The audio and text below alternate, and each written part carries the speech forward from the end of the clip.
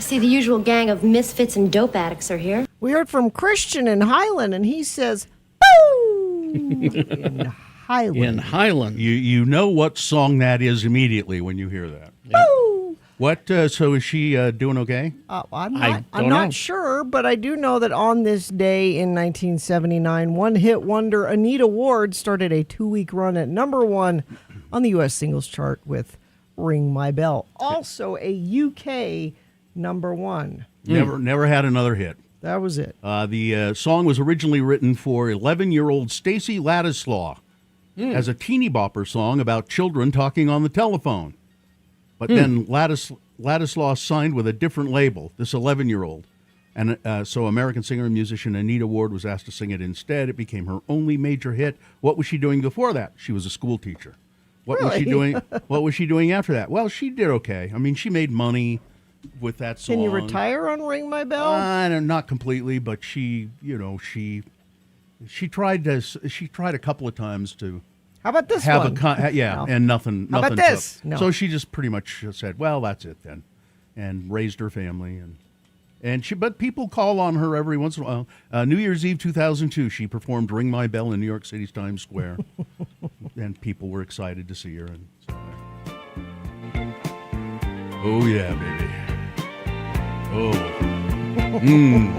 I'm feeling the love now. It's getting really strong in me, baby. So strong, I might have to put on my pants.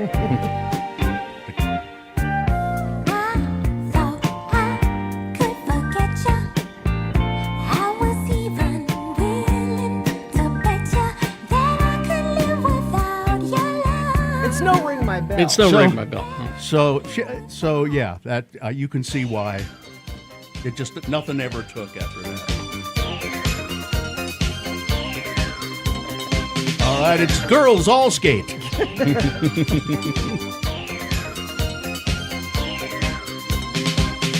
your hand now, squeeze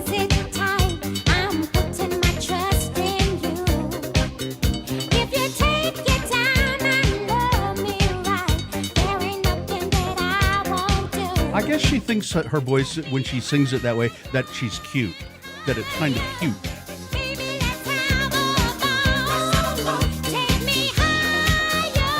You notice they tried to throw another bell in there. Maybe if we put another bell in there. Drop My Love peaked at number 87 on the U.S. Really? Billboard Hot 100 chart. Wow. Yeah, number 87. Not great. No. At least it charted. Yeah. Cause I'm still broken heart. This is more Anita Ward than anyone ever needed in their lives. Absolutely. This is more attention than she's gotten in 50 years. She's not that old. She's only 69. Lives in Memphis, Tennessee. Memphis. That sweet smile, it would bring back. You know what else was on this day? What's What? that? In 1977, this is a geek show entry into farting around. Marvel Comics Yes. launched a comic book based on the rock group Kiss. Blood from each band member was drawn by a registered nurse, yeah. witnessed by a notary public, and poured into vats of red ink used for printing the comic at Marvel's Borden ink plant in New York. The legendary Yeah. Kiss Blood Ink. They had a notary there. You know it's real. I'm sure. Bill, Well, it could've- notaries don't lie. That's why you get a notary. It could have. I guess it could have happened. Yeah. It just seems so preposterous, though. That Yeah. and it also seems like, why would anybody care? What are you kidding? People love that. Oh, yeah. Well, I guess do was you a know great- anything about that? They still talk about it. to this day. Is it still a? I mean, is it a thing, a collectible? It is a if you big have collectible. one of them. Yes, allegedly. I wonder how many they ran. Probably the Hundred usual. thousands. The usual run of a comic book back then was about 150,000, maybe. We almost opened with this. Oh, yeah, this was awesome. Oh, this is. Messages keep getting clearer. Radio's on and I'm moving round the place. I check my look in the mirror. Wanna change my clothes, my hair, my face, and I ain't getting nowhere. I'm just living in a dump like this. There's something happening somewhere. Baby, I just know this. You can't start a fire. You can't start a fire without a spark. This comes for hire. Even if we're just dancing in the dark. Do I recall correctly that this was his first #1 hit? No. 1984, Bruce Springsteen's Dancing in the Dark peaked at number 2. So Number not 2. Number 1. I would have thought it went to number 1 too, but It was the video that really propelled it. with Courtney Cox. Courtney Cox. Who was not Courtney Cox then. She was just a girl. It's as I listen to this, it's remarkable that this guy can sort of span different styles of music and be good. Mm-hmm. You know, I mean, let me try this a little bit. It's kind of a disco-y, dancey song. Let's try that. I'm dying for some action. I'm sick of sitting around here trying to write this book. I need a love reaction. Come on, baby, give me just one look. You can't start a fire. Sitting around crying over a broken heart. This gun's for hire. Even if we're just dancing in the dark, you can't start. As I recall in that video, too, Bruce Springsteen wearing some dungarees and a white T-shirt, and he's dancing. White shirt. Yeah. Yeah, it wasn't a t-shirt. It was just a white No, collar it shirt. was the Showing sleeves his were rolled muscles. up. Yeah. And he was damn sexy. Yeah, oh yeah. I mean, he was His butt looked good in them jeans. he was kind of a good dancer, and Yeah. But you know, age appropriate with Courtney Cox. I don't know. Not so much. Not so much. I mean, although they were just dancing. Yeah. You know. Yeah. I'm gonna have to watch that video during the Yeah. commercials. That's what I'll do. Did he have? He had a #1, didn't he? Yeah, yeah. For Let some me reason, see. I thought that was his Look that first up. song to hit #1, but it was it was a song that way into his career, but he hit number one. It might have, I don't know. Searching. How many number ones has Bruce? Bruce Springsteen has never had a number one hit. Dancing in the Dark is the closest. Is the closest. However, Blinded by the Light, not his version. Manfred Mann. But Manfred Mann's went to number one. So technically, he's written a number one hit. And the Manfred Mann version of that song is really good. Yeah. Isn't that kind of amazing, though, that he's never had... Dancing in the Dark should have been... I wonder what was... What was Let's number look one? at... Maybe it was Celine Dion. No, that was after. Way after. Teddy Pendergrass. Tell me it was Ring Hold My on. Bell. It was Ring My Bell. It was wasn't Ring My Bell, yeah. Oh yeah, his butt looks good, man. The package is looking good too. They're focusing on that. And asked me if I needed a ride.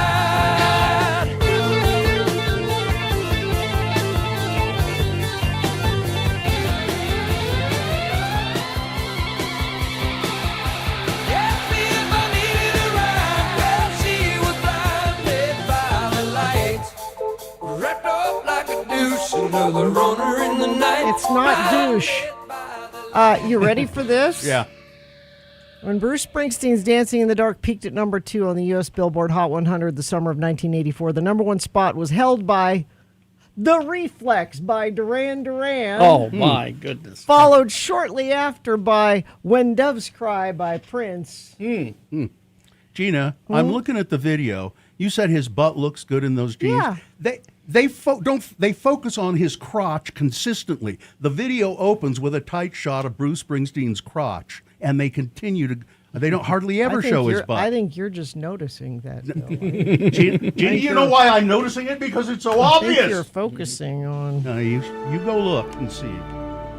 This has been Farting Around with Carrie, Bill, and Gina on X96, Radio from Hell. All right, we'll take a crotch break. See? He's... Yeah. Whoops. I mean, I didn't. Oh, I didn't mean to You say that. See? We'll take a break here, and then we'll come back, and you can check in with the Radio from Hell show. It's there now. They're showing his butt. Check in. 877-602-9696 is the number to call us. Check in. Say what you like. Say hi. Say good morning. Did you see the moon this morning? Oh, yeah. The strawberry moon? Beautiful. 877-602-9696, or you can text us 33986. Vaxel Dan, our radio pup, finally has a sponsor. It's Zero Res, and this time of year brings a lot of dirt and things through your house, damaging your carpets. Vax says book your carpet cleaning appointment today. Not only do you get the 4th room free, but your animals will thank you with extra love. Go to zerores.com today. The fire. Let's see. No, I can't do that one. Lying in bed playing video games when he noticed he was having penis pain. That's it? That's all it says. Yeah. Let's see. There are lots of these. Kicked in the testicles by a pit bull. Well, yeah. That could happen. Mm-hmm. Let's see. Tried to do a slide out on the dirt bike. I guess that means, like slide it underneath you, kind of like a trick. That'd do it. The tire of the bike brushed up on a tree. The patient fell off the bike, and it split his scrotum in half. Ooh, that would do it. Swelling and pain after sitting down really hard on a chair. Well, yeah. That could happen. Could happen. Really? Yeah, that could happen. Yeah. It could. I mean, I don't have these parts, so I defer to you guys. Well, you can imagine you don't have parts that dangle like that. No, So that could happen. Okay. Ran into a gaming chair. A lot of these sound like they could be avoided with proper underwear. There is a point there. Yeah. I think a lot of these happen when someone is naked doing things they shouldn't be doing naked. Mm-hmm. This is great. Closed his eyeglass case on his. Now, how would that They happen? snap. Because How? What? I get that. That's one of those you get what you get, I think. I think you're probably right. Let's see. Oh, this probably happened. Was spinning a non-lit fire spinner baton when it hit his scrotum. It's very specific. Yeah. So it's a fire spinning baton, but it wasn't lit. Okay, but it wasn't lit. But still hit him in the. Well, yeah. Hit him in the. Okay. Drinking at his bachelor party, passed out.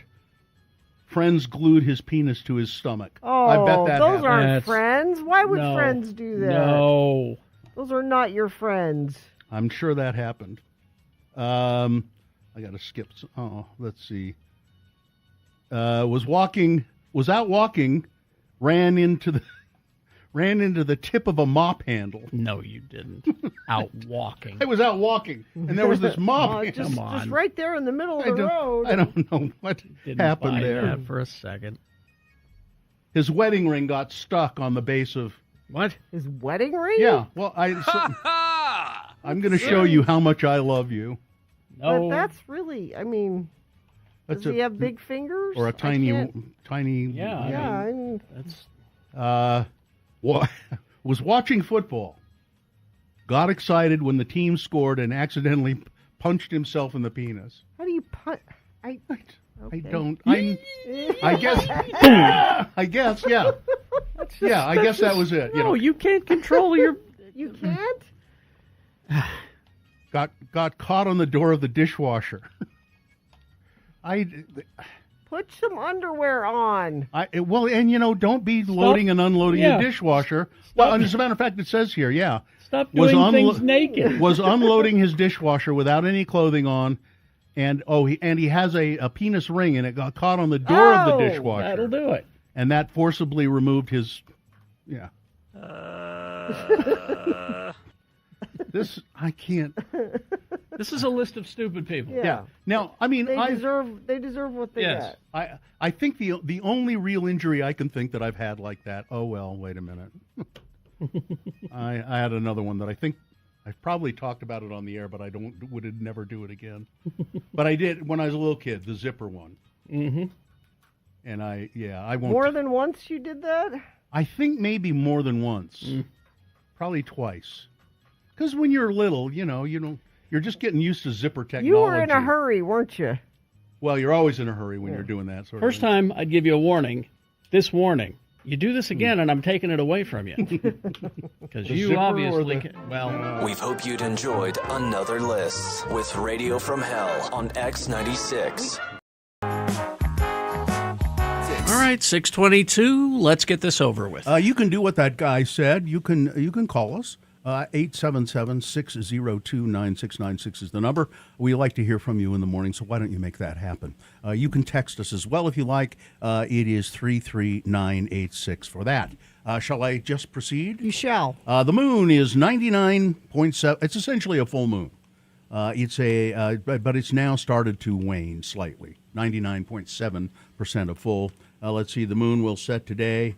The moon will rise today, I should say, at 10:03 p.m. I believe it's already gone down. Today being Tuesday, it's the 30th day of June in the year of our Lord Jesus Christ, 2026. It's a Queer Youth of Faith Day, founded to provide a safe space for young people often struggling to find acceptance related to questioning their identities, genders, or sexuality. Social Media Day. So get on Facebook. Isn't I every guess. day social media day? National Outfit of the Day. You like my outfit? You like my? I'm going to start asking people that You every like day. my Do you like my outfit? It's an International Sailor Moon Day. On this day, a young girl named Usagi Shukino received a brooch that transformed her into Sailor Moon. National Corvette Day. 1953, Chevy revealed the first Corvette concept car at the General Motors Motorama show. Motorama. And it's World Snorkeling Day. I hate it. Snorkeling is a weird word, isn't it? It comes from the German Schnarchel, which means nose. Schnorchel, nose or snout. So there you go. And this is an all-new edition of the show for people who feel like hell in the morning. It's Radio from Hell, starring the Lords of Morning Radio. It's Kerry Jackson. I'm Bill Allred. That's Gina Barberi. Katie for short is our fine producer. And Dawson is in there helping out as well. And the dog Vax is taking a snooze. And I don't know if Lakai is here or not. Yeah, she is. She's okay. Lakai is also employed. She's here. She's here. Yeah. Okay. No one calling in for check-ins, but we have a lot of text check-ins. Sketchy Blake of Ogden is first. April at American Fork. Zane in Dallas checking in. Mill Creek Coffee rings my bell. Well, very nice, Zane. So y'all only working 3 days this week? Yes. Yeah, that's correct. true. And I think we might be light on check-ins and such this week because I think a lot of people take this week off for that Could reason, be. so. Kelly and the Shih Tzus in Centerville checking in. Well, if you're taking this week off, why don't you give us a call at 877-602-9696 and tell us about it. Max Power here. Look, honey, I clipped on my tie all by myself. Wow, I'm so proud. Let's see. Hey, yo, Radio from Hell, your biggest fan, Jello Salad Annie from Spanish Fork. Is it good for your high school teacher to ring your bell? Probably not. No. Not a good idea. Mike in Nashville checking in. It's almost time to flip the DMB calendar, Gina. Oh, I promise I'll get it tomorrow without you reminding me. That's Mike. tomorrow. Richard, who's not a dick, checking in, remembering the disco years when I used to dance to Anita. Weber State Professor Jake. Calvin from the Dell. Mark in Syracuse checking in. Thanks for putting on a hell of a show every day. Bruce, that'll get me through the morning. Sleepless in Sandy. Katie in Sanpete County checking in. Dave of Westbrook. Chef Roy checking in. Good morning. I was able to enjoy the moon on my way to work. It was lovely. I enjoyed it also Yes. on my way to work. It's very nice. Calvin from Baltimore here. Bruce's version of Blinded by the Light is so much better, in my opinion. I think they're very They're different. very Yeah, different. Mm-hmm. Blinded by the Light by Bruce is a really brooding kind of, it's sad stuff going on in that song. Let's go to Meshach. How are things in Erda this morning, Meshach? They are a beautiful sunrise, Bill, and a wonderful full moon last night. Mm-hmm. What's up? Just headed into hopefully get a job this morning, so hoping for some luck. Where are you going to? Are you going to interview for a job? Did you say? You cut out there. I'm headed into Salt Lake to follow up on some online applications because it's hard to hear back from people. Yeah. Let's- Well, we are sending our good luck your way. Yeah. Please. I hope everything goes well. You'll get something today. I hope.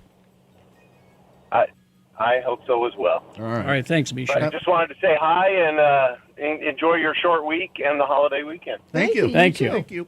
All right. See you later. Let's go to Tom.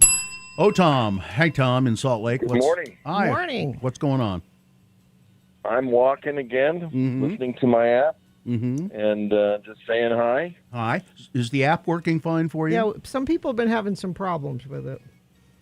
No, my app works great. Okay, good. All right. Tell them to restart their phone. Okay. That's what I tell them all the time, but they never listen to me. Well, maybe My blood pressure's high. It My is. blood pressure all of a sudden climbed. Yeah, I've got to walk more, I guess. It's not working, so that's why I'm walking so much every morning. Do you take care of any, yourself, Tom. Do you take any medication for your blood pressure? Yeah, if I don't get it down, my doctor's going to say we got to put you on it. So I got to go down. I got to get it down. Well, that's how I got mine down, and it stayed down.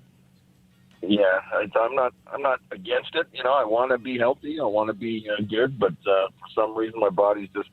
Well, I'm a little overweight. What do you mean for some reason? I had a guy say to me once years ago, don't get on that blood pressure medications. You know, once you get on that, you never get off. So and then I works. thought, yes, okay, fine. But walking's good too, Tom. So Yeah. keep it up, and thanks for taking us with I'll you. make it. Thanks, Tom. See you later. All right. Bye. We'll Yeah, see ya. bye.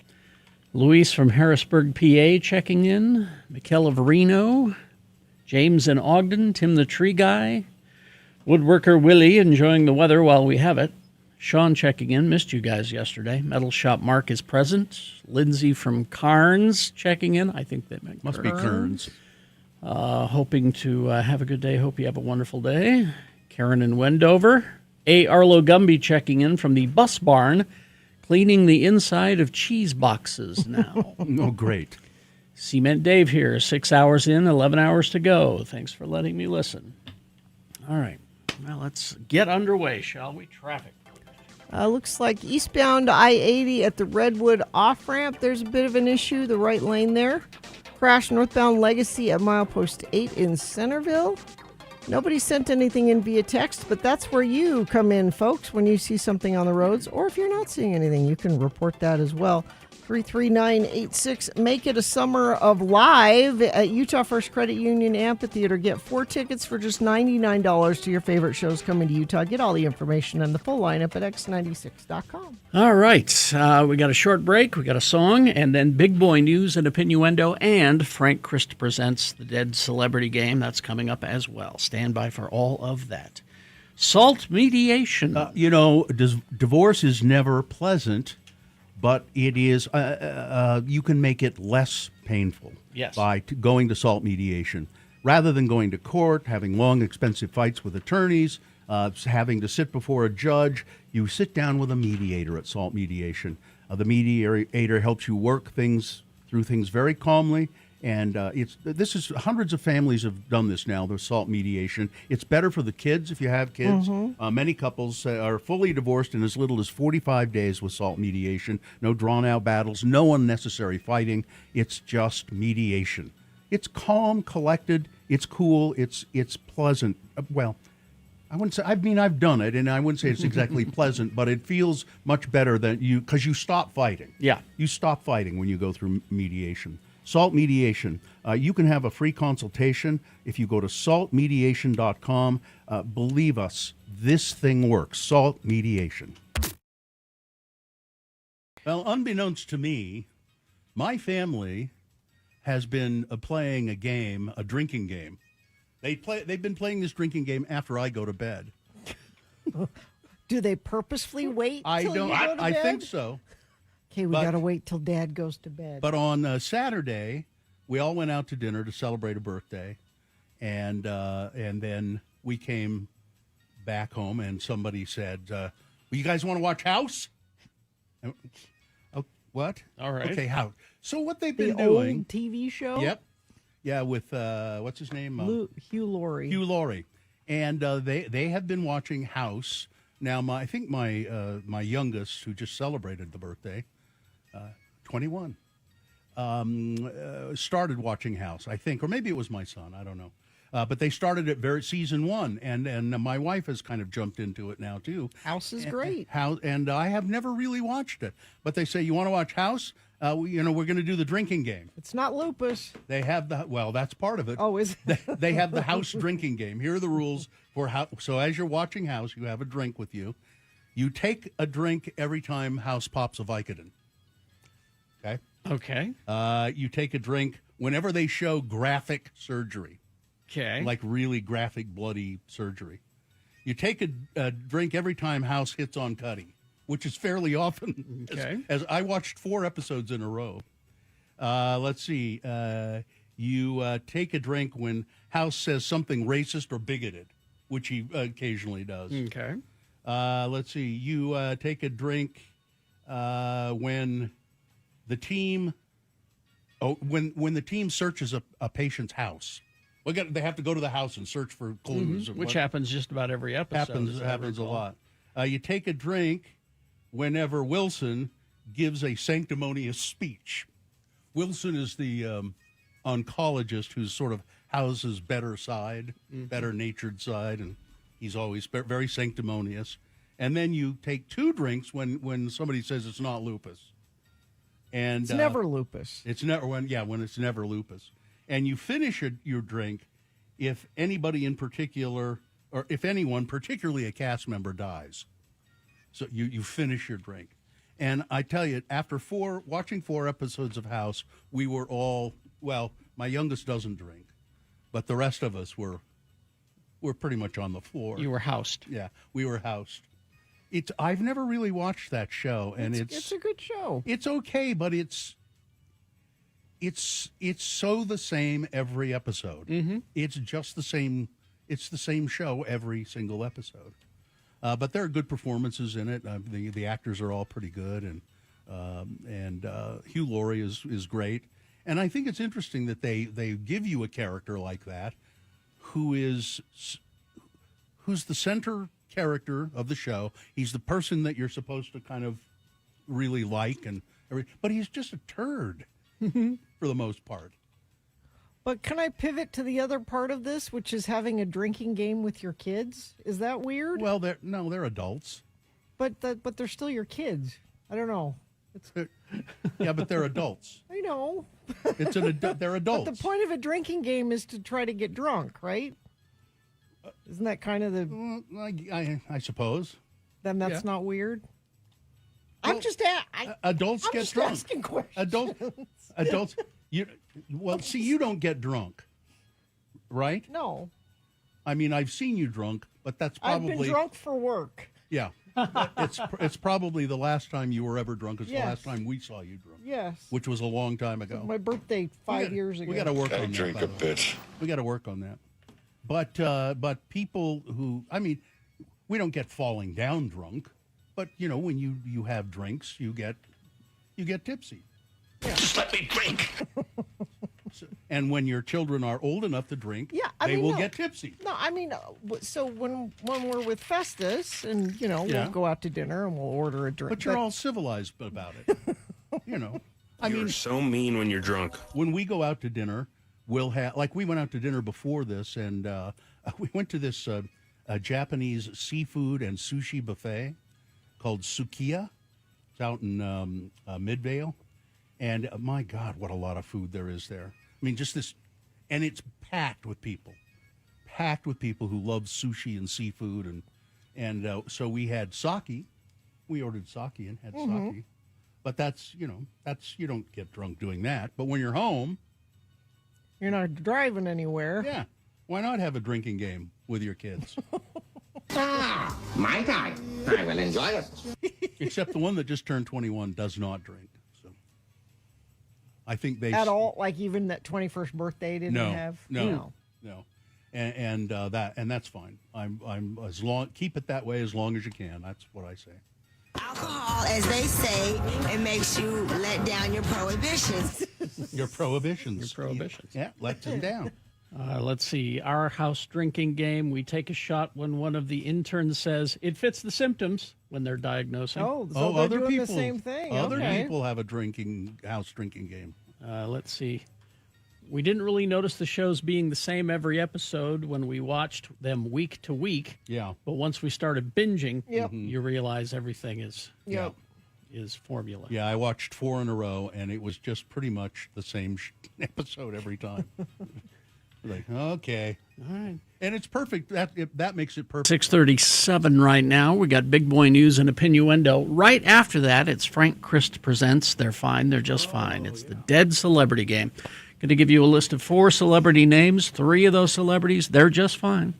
One of them is dead, and if you pick the dead one correctly, you're going to win a gift certificate to go to Salt Lake Game Show Experience. We had a lot of fun there. Yeah, it was really nice. It was a good time. Yes, you'll get those game show tickets. 877-602-9696 is the number to call to play. Frank Christ Presents, and we'll play that right after this. Big Boy News and Opinioendo, brought to you by. Get your above-the-rim Dr. Pepper Creamy Coconut Shake at Arctic Circle. It's only here for a limited time at Arctic Circle, where the good stuff is. And never, ever, never, ever forget. The views expressed on X96's Radio from Hell show do not necessarily reflect the opinions of Broadway Media, its management, owners, or advertisers. This program is intended for mature audiences. Parental discretion is advised. Oh, this caught my eye this morning as I was going through things. Pete Townsend says he thinks his late bandmate Keith Moon once bought dinner for a homeless 9-year-old kid in Seattle, Kurt Cobain.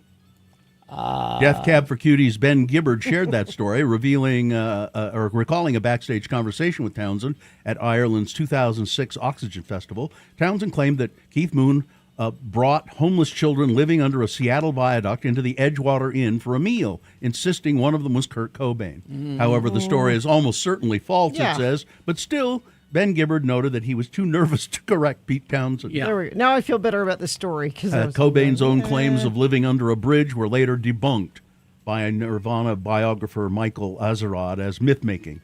Cobain never did live under a bridge. I mean, he didn't have a great, happy childhood, but he wasn't orphaned and living under a bridge. What year did Keith Moon die? Yeah, that's the other thing. The It was timing Moon's is final off. Seattle shows, 1976, and Cobain would have been 9.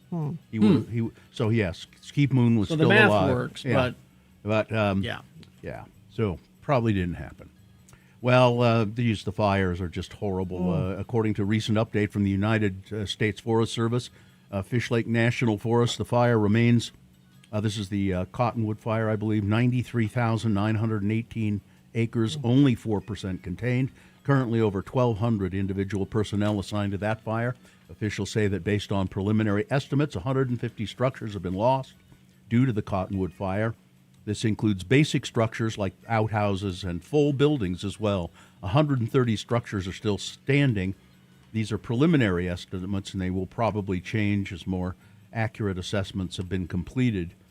Nick Schenk with the Great Basin Team 5 confirmed that they have reached 4% containment. That's about 8 miles of containment on the southeast perimeter of the fire. That containment means that the crews have mopped up the area. It doesn't mean the fire is fully extinguished in that area, but officials are confident that it won't cross that. So they managed to set up a little barrier, that the fire will probably not be able to cross. Crews assigned to that fire continue to work on improving fire lines, fighting active flames when they can. After being allowed access to damage from the Cottonwood fire, Eagle Point Resort has provided updates on which of its facilities were damaged. Eagle Point was one of multiple areas to be evacuated immediately when the Cottonwood fire started in Beaver County back on June 22nd. Wow. While the fire has grown significantly, becoming the nation's largest active wildfire, some residents have been temporarily escorted to assess the damage, escorted into the area to assess the damage. These initial observations only reflect part of the picture, and the full extent of the damage is still being evaluated, said Eagle Point Resort spokesman. The resort confirmed that half of its ski terrain was impacted, primarily along the Tusher Ridge. The warming station on Tusher Ridge was fully damaged, didn't survive the fire. 4 of the resort's 5 chairlifts are damaged. Eagle Point also confirmed that Canyonside Lodge, one of their 2 day lodges, was totally lost. I wonder if they'll rebuild. They say they will. Okay. That's what they've said. They say our team has begun work of assessing the property. It'll take time to fully understand the full scope, but we do continue to believe that we will rebuild. 3 firefighters were killed Saturday while battling 2 wildfires near the Colorado-Utah border. The U.S. Wildlife Fire Service announced that the federal firefighters died during an interagency response to the Knowles and Gore fires, which are among a number of them burning near the Colorado-Utah border. In a release, the department said the deaths occurred in a burnover incident resulting in shelter deployment.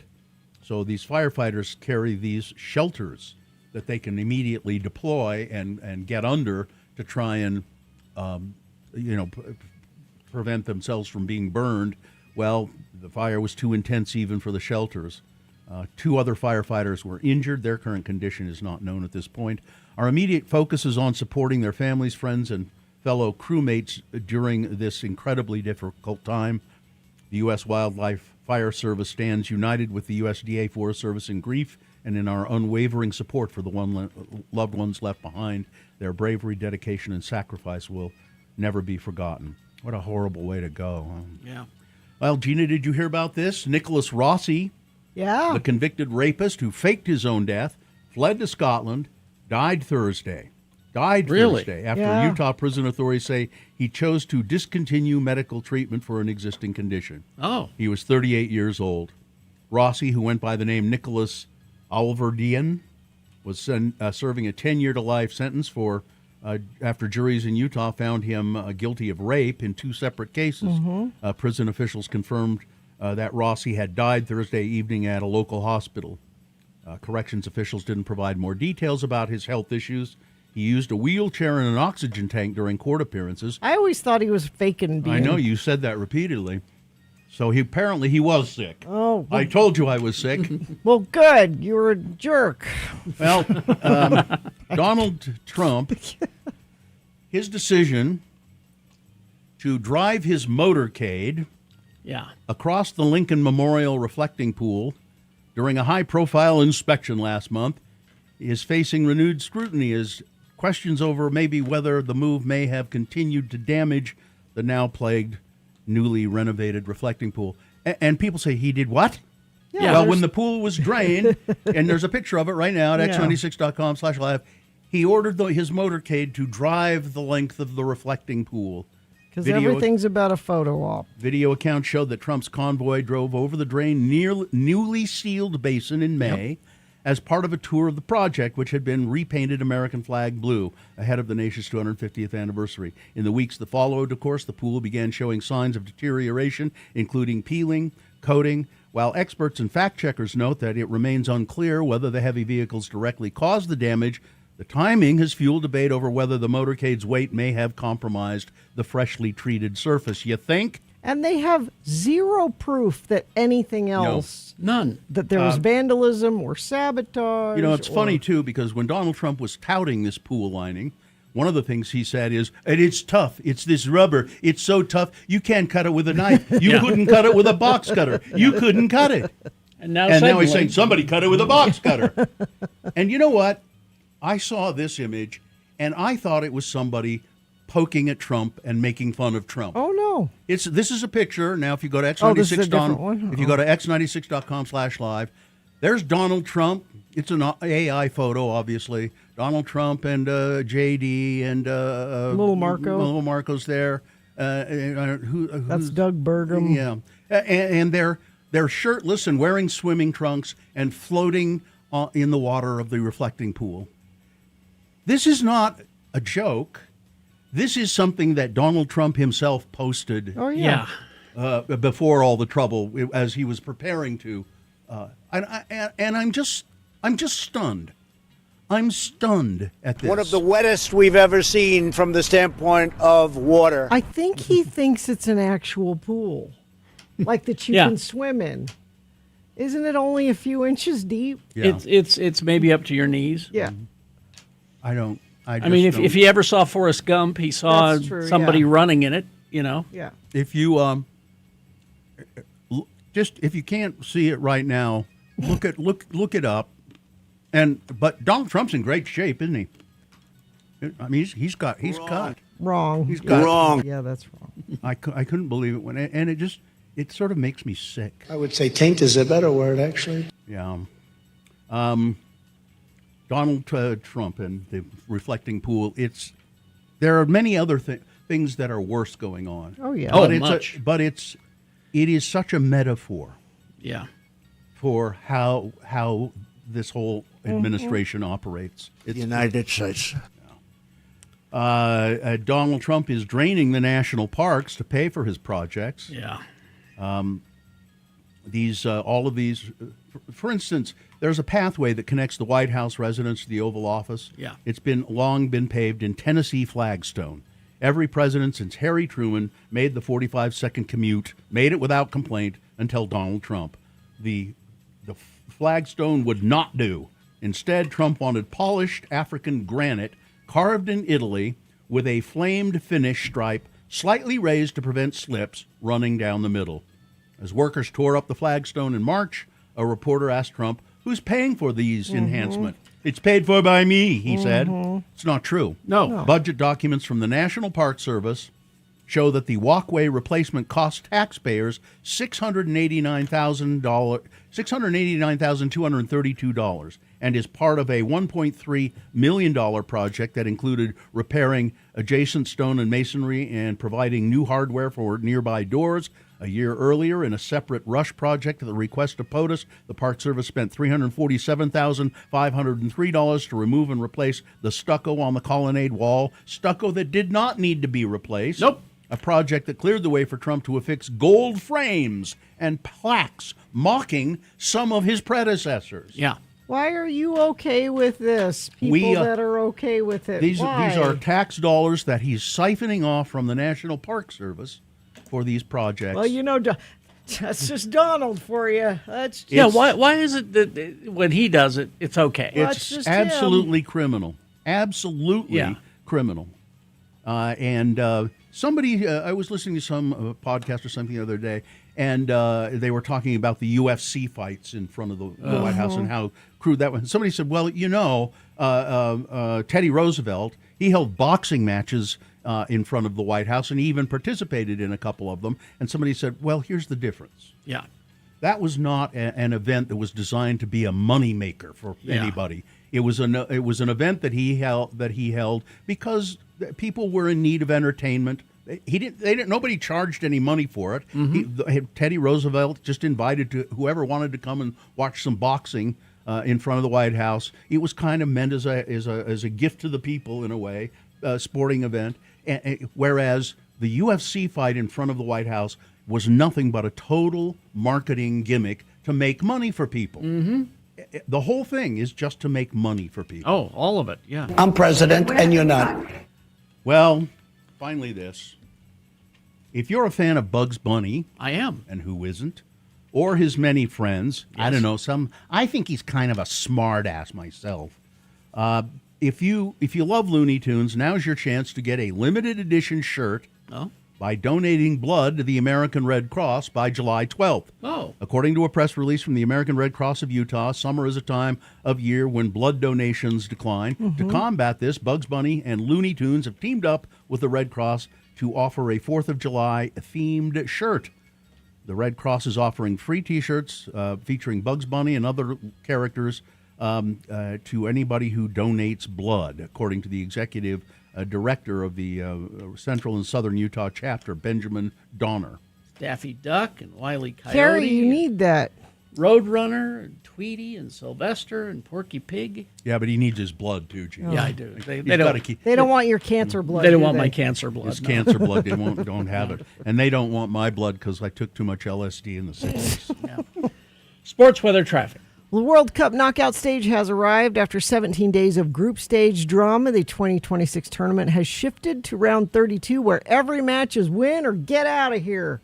Japan got things started early Monday with a 29th minute goal.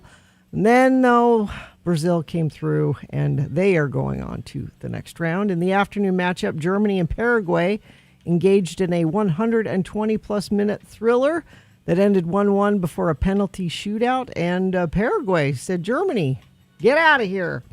Netherlands and Morocco capped off the night with another penalty shootout, one of the most anticipated matches of the tournament. In the end, Morocco got the result they craved, and the Netherlands, get out of here. Okay, today you have... You're not being very hospitable. Ivory Coast and Norway, France and Sweden, and Mexico and Ecuador. All of those will be good games today.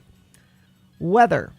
Let's see, 55 right now, high of 81, mostly sunny, low 56 overnight. We stay in the mid-80s, it looks like, for most of the week, and I don't see any chance of storms, it doesn't look like.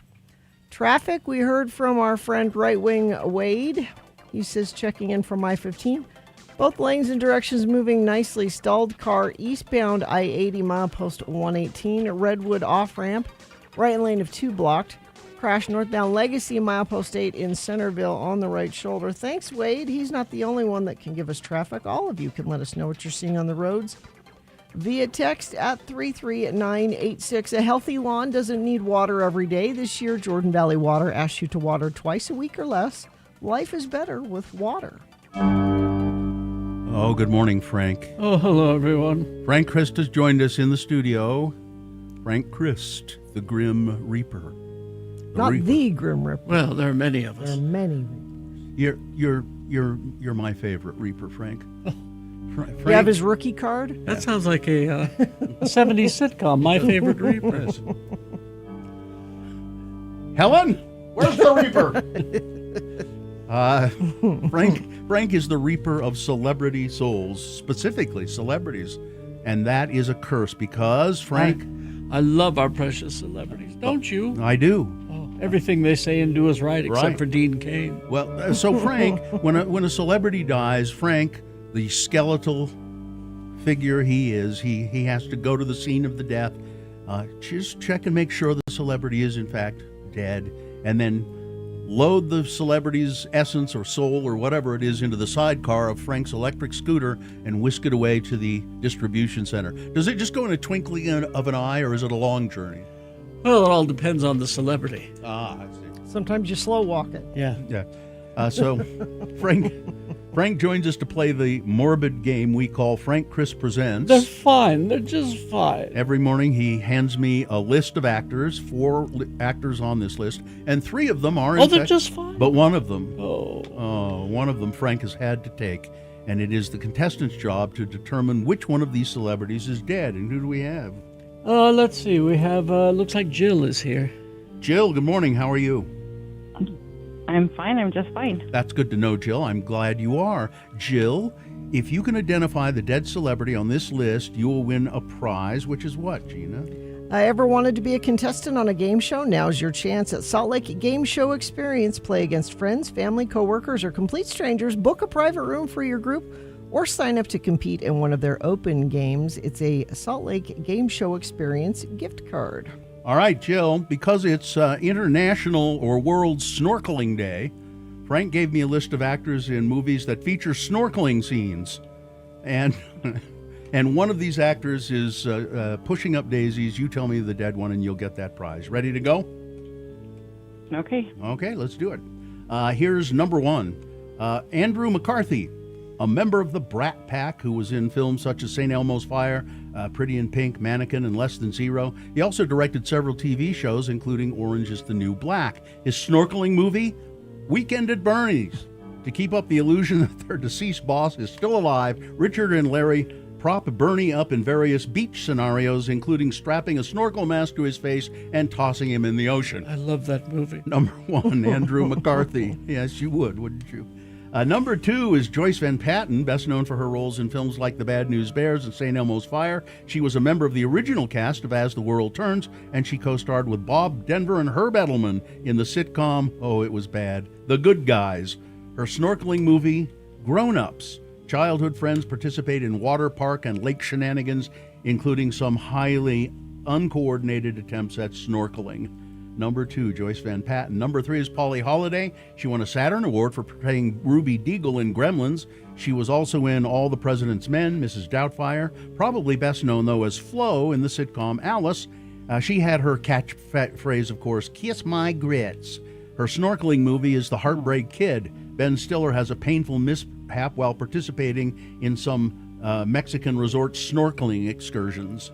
Number 3, Polly Holliday. And finally, Angelica Houston, the daughter of the director John Huston and granddaughter of actor Walter Huston. She won an Oscar for Pritzi's Honor, directed by her father. She also played a con artist in The Grifters, Grand High Witch in The Witches, and Morticia Addams in the Addams Family films. Her snorkeling movie is The Life Aquatic with Steve Zissou. The crew of the Belafonte frequently drop over the side with basic snorkels to examine specimens. Number 4, Angelica Houston. Jill, one of those actors is dead. Who is it? I'm going to go with number 3. I believe the Gremlins got her. Polly Holliday is right. Kiss my grits. She was 88 when she died just last year. Well, there you go. Congratulations, Jill. Polly Holliday's demise is your good fortune. You've won the prize. All right. All right. Thank you. You're welcome. I think she's going to do fine at that game show. Yeah, thing. she'll do great. So. Yeah, have fun. It's really fun. Hang on the line, and Katie will tell you how to get your prize. Well, I have to go check on some celebrities today. Who you got? Well, David Allen Greer is 70, but I think he's just fine. He's on that St. Dennis Medical Show. Oh, he's very funny. Yeah.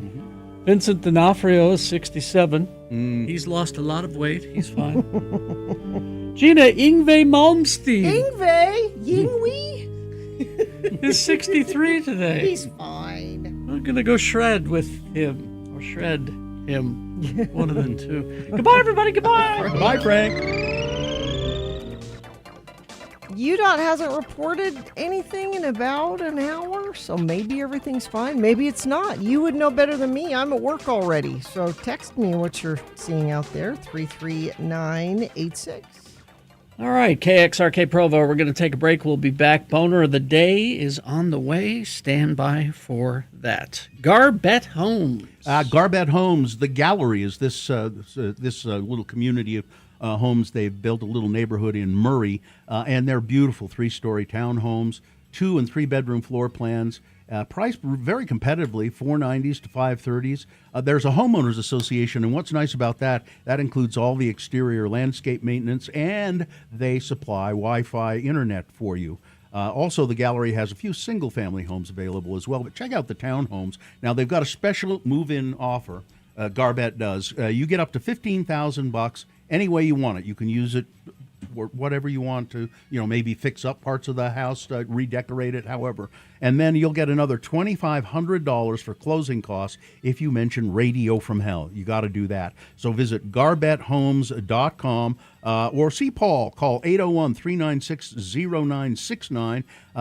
Garbett Homes, they've been building energy-efficient homes for years. garbethomes.com. You can watch Radio from Hell live.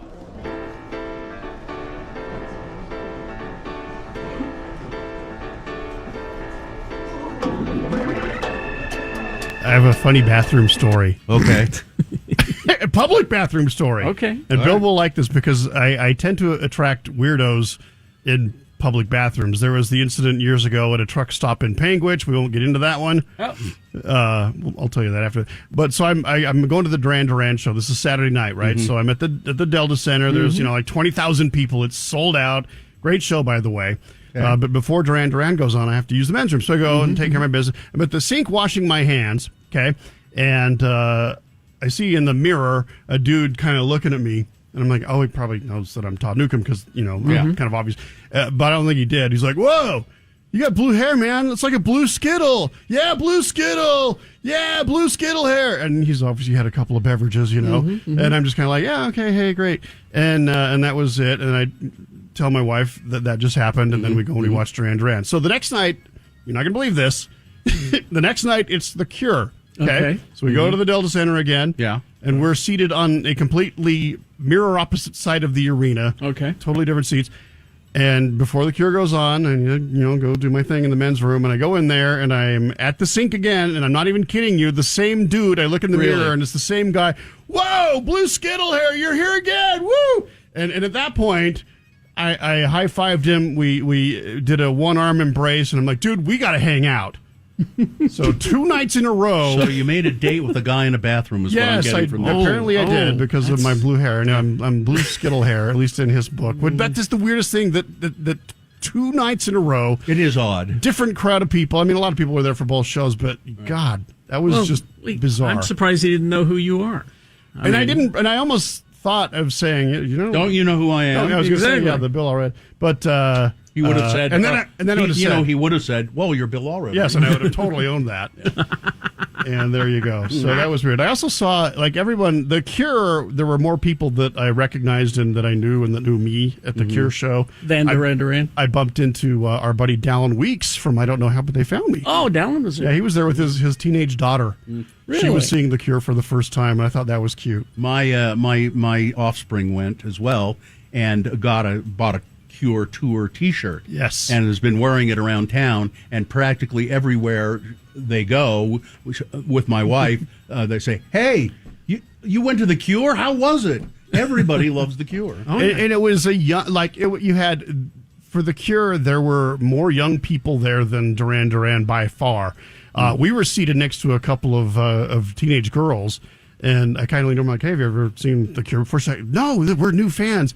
And it was adorable because they knew all the songs. They were singing along to all of them, even the deep stuff that The Cure played. Yeah. And they just had a great time. And I leaned over to one of them because it was when Robert was dancing around during Close to Me, and I says, I just love it when he dances because it's cute, the way Robert awkwardly dances. And she's like, oh, I know, he dances like my Nana. My, Wait a minute. Wears the same makeup. Wait a minute. as well. Who said that? Who said that to you? That was the teenager sitting next to us. Well, that might have been my offspring because they said to me, Robert Smith dances just like Nana. Really? Yeah. Uh-oh. Yeah, my wife's mother. He does this kind of. Well, all right. You'll have to compare notes. Show me some photos. Compare notes later. Okay.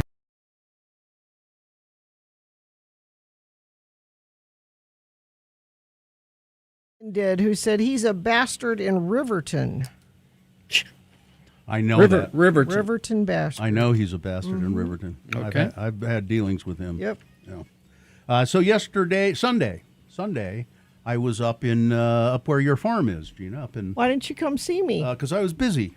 I was doing something fun instead of seeing, instead of looking at pine trees. It would have been work if you came to see my trees. So I'm up there, and I haven't been up in that area for a long time. And I met a city councilman of the newly incorporated city there. Don Hickman is his name. Very nice guy, and he listens to the program. And we had a lot of. But there's this. So now they're just trying to decide what to name Ogden Valley City. Yeah. First of all, it's always been confusing that they call that area above Ogden. You go up the canyon to this valley up there where Huntsville is, but it's called the Ogden Valley. Like this is the Salt Lake Valley, and Salt Lake City is in the Salt Lake Valley. Yeah. But Ogden is not in the Ogden Yeah. Valley. So that's always been kind of confusing. Yeah. And so right now they're calling it Ogden Valley City, which is not a very good name. But they're going to change it, and they're getting input, and I think there'll be a vote on it. And so here's some of the suggestions that I had heard. He said some people want to call it Eden. Because now there's a little town up there called Eden, but that has now been incorporated by this new city. Yeah. So that's kind of confusing too. Bill, if you had come to my tree farm, you would have known that my farm is in the middle of where this new change. My address will change. Yeah, it will. That's fascinating, Gina. But once again, I was having fun. I didn't want to go see you. So he said Eden. So maybe people said Eden, and then the other suggestion, and I think maybe this is what it'll end up being, is Pineview, because the reservoir is there. Yeah, Pineview City. That's a great name for a tree farm residence address. Yeah, it is. I like that. Although now I don't know this. I don't know the taxonomy like I should, but I think Dawn or somebody else there said, but these aren't really pines that we have here. I don't know. They're not technically pine trees. I don't know what they are. But everybody calls them pine trees. So anyway, so those are the two possibilities, and I think it'll probably be that. But I was so we left, and I thought for just a second I'd ask the host of the party I was at. I said, where Gina lives. Could you just direct? And then I thought, no, I don't want to go see Gina. I was there. I've been having a good time. I don't want to just. You could have come over. I just want to leave with the glow of having a good time. You were literally down the street. It would have taken you 2 minutes. Yeah, I know. He said I could. I know. He said I know right where she lives. I could tell you. And I said, well, no, I don't want to. I just don't want to stop in. Besides, I don't know how Gina and her husband are at the farm. For all I know, they sit around naked all the time. And if I knock on the door, Are you nudists? No, you would have seen Joe in his overalls. Well, which is what he wears at the farm. I think I've seen a picture of him in his overalls. Yeah. And he's quite fetching, I must say. What? So maybe you know the answer to this question. Okay. As we were driving back, it was the sun was beginning to set, although it was a while before sundown. And we start up Trapper's Loop, and there are people parked in cars. Oh yeah, all along the side. Yeah. And what? Now were they just there to watch the sunset? No, they are having doing? photo shoots. People go up there for family photos, for wedding photos. Oh, really? Yep. So the first hill, there were probably 5 or 6 cars, and there were people out, gambling around. And then we went up over the hill a little bit, and there was another bunch of cars. It is a very popular place to get your. So it's just for photo opportunities. It's because it happens like at the golden hour. You know when the golden hour is. Yeah, That the sun's allegedly the best light or something like that. Yeah. And I you can't really see it from the road, but I imagine if you get over a little bit, you look off into the vastness of the valley and all of that. And it is beautiful. Yeah, I'll bet. But it always makes me nervous because there are families there with little kids and stuff, and they're just on the side of the road. Well, they're far off. They're pretty far. I always worry about that. You just tell the kids, stay on this side of the car. Yeah. You're fine. Yeah, and you probably also noticed there's a lot of construction going on up there. A lot of new homes and in the canyon and over Trappers. There's a whole new subdivision there, and I am very much one of those people that once we bought the farm up there, that I didn't want one single other person. Now that I've got mine, I want to be the last person, and that is not what is happening up there. It's a beautiful place, though, man. It's just what a beautiful valley. You could come hang out with me there. Well, I've got this other friend up there that I like to visit, so it's not likely that I'll stop in. Yeah, it's Sunday night. We had a fire and we made s'mores outside on the patio. He has a trout pond. Yeah, I don't have a trout pond. And he has 4-wheelers. No, I don't have. We have a tractor. And he has a huge bar. Huge. We have a little bar. And we had a good time. You got to up your bar game. I guess so. Is what I'm getting here. Utah is home to 6 native pine species. Okay, I don't know what they were saying. Ponderosa, which we right. have at Ponderosa the farm. pine, yeah. Pinion, limber, bristlecone. We also have bristlecone's my favorite. Mm-hmm. They have the longish needles. They look like bristles on a toilet brush or something. Okay. Lodgepole and pinion. Did I say pinion already? Yeah. I don't know why. Maybe I misheard. Oh. Dawn, if you're listening. And there is you noticed the roundabout. That probably was something you hadn't seen before. I didn't. You went through a roundabout. There's no way you came up without going through the roundabout. No, I didn't. There's no way you went to his house without going through the roundabout. I'm pretty sure I didn't. Were you driving? Yes. Anyway, there's a giant roundabout there. I know. See, okay, I didn't go through a roundabout. My wife said, and we hadn't been up there in years, my wife said, I wonder why the GPS told us to turn here.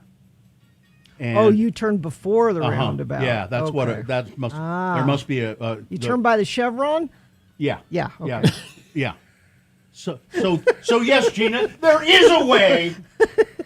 I don't know why you do that to me. No, Bill, you had to have gone through a roundabout. There's no way. Yes, no, I didn't. But the roundabout there, we are donating Flying Carpet Farms trees. There will be 3 trees. Oh, so they get the trees. No, Carrie, you get them too. If we can ever find someone to move them, Hey now. Yeah, they're getting. So there'll be 3 enormous pine trees there to obscure people's vision when they go around. That is going to make it difficult. No, it's not, because they said part of the problem is when it's dark, people are driving straight through it and getting in accidents. You need a barrier in the roundabout so they can run into a tree. So they see it coming and going, oh, I guess I have to go around that. So the roundabout is where Spring Creek is. Yeah. That's all. That would be new to me. I haven't been up there. That's what I was thinking. So. But when I say I say I didn't go through a round, pretty sure I didn't drive through a roundabout. I don't know why you would question me. But your wife was confused about turning where you turned. No, she wasn't confused. She just said, as we were going up further, and she said, "Oh, this isn't the way I wonder why." And then when we made the left turn, Mhm. and then I could see there that busier road. Mhm. And I think the GPS did that because it's probably a little shorter. The GPS knew that you needed to stay as far away from me as possible. Don't go to the roundabout. I have a noted hatred of round. No, I don't. As a matter of fact, I enjoy roundabouts. I have a really fun at the one now they put up by the Capitol. I enjoy that because it's better than what was there for sure. But people still get kind of confused about now when am I There's supposed to accidents stop? up there all Are the there? time. Oh yeah. And when am I supposed to stop? Mhm. I don't. Sometimes Bill just gets in that roundabout and just keeps going. Can't get out. And when you do that, For the an people hour. who are at the yield signs, they can't move Yeah. because you just keep zooming around. Mhm. Anyway, all right. Sid says, "You know what Bill's friend didn't have? Joe. Joe is the nicest person to ever exist." Oh. Well, he is very nice. I think Sid sat next to Joe sat at the next to Joe, party. yeah, at the party. Yeah. Thanks, Sid. That's nice. He is very nice. There were nice people where I was too. Text question: were you hanging out with that Dawn? God, no, it was not that Dawn. All right. Okay. All right. And traffic, please, Gina. Is there a roundabout that's shut down somewhere? I don't think so. I think everything, including roundabouts, are moving well.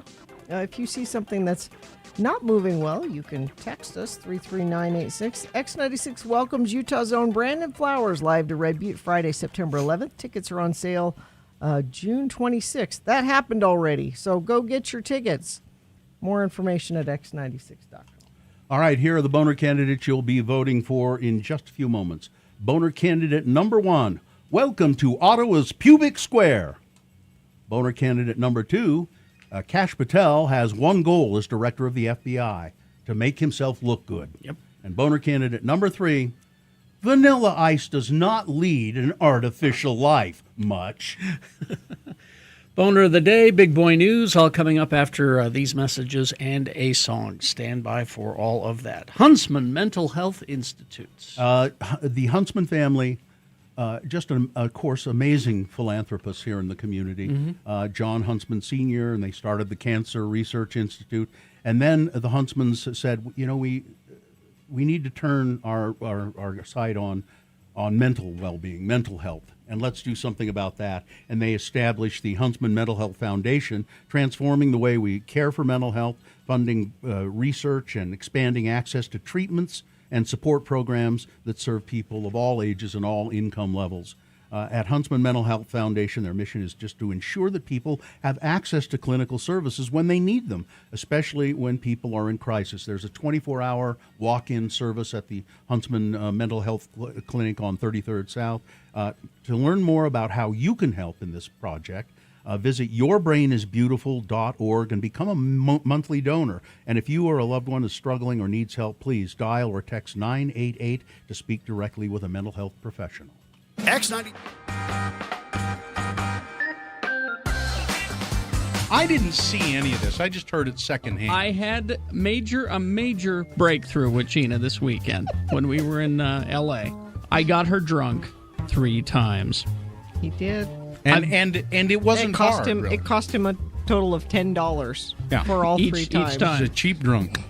Well, see, this is a little secret. You don't take a girl to dinner and then drinks. You always take her to drinks first. Sure. Because she's drinking on an empty stomach. Yes, she is. Now, you tell me what you remember, and I'll fill in the holes. Well, I remember... Because there were some things that she said that she doesn't remember. I think you're making stuff up to make me think I was drunker than you think I am. I'm not making anything up. I don't need to. To make you thinker than I drunk I am. Yeah. So the first night we were there, Bill was with his family doing family stuff. So Carrie... Every night. Yeah. Yeah. So Carrie was babysitting me. Because Gina has to have somebody babysit. I was all alone. Usually it's both of us, Carrie and I. And when it's Carrie and it's me babysitting Gina, it's like those old cartoons with the little devil on one shoulder and the good angel on the other shoulder. Carrie, of course, being the little devil. Carrie's been trying to get me drunk for years. Well, I begged you to start drinking. Yeah. And I say, wasn't doing it on my own. And I always say, no, you don't have to. It's okay.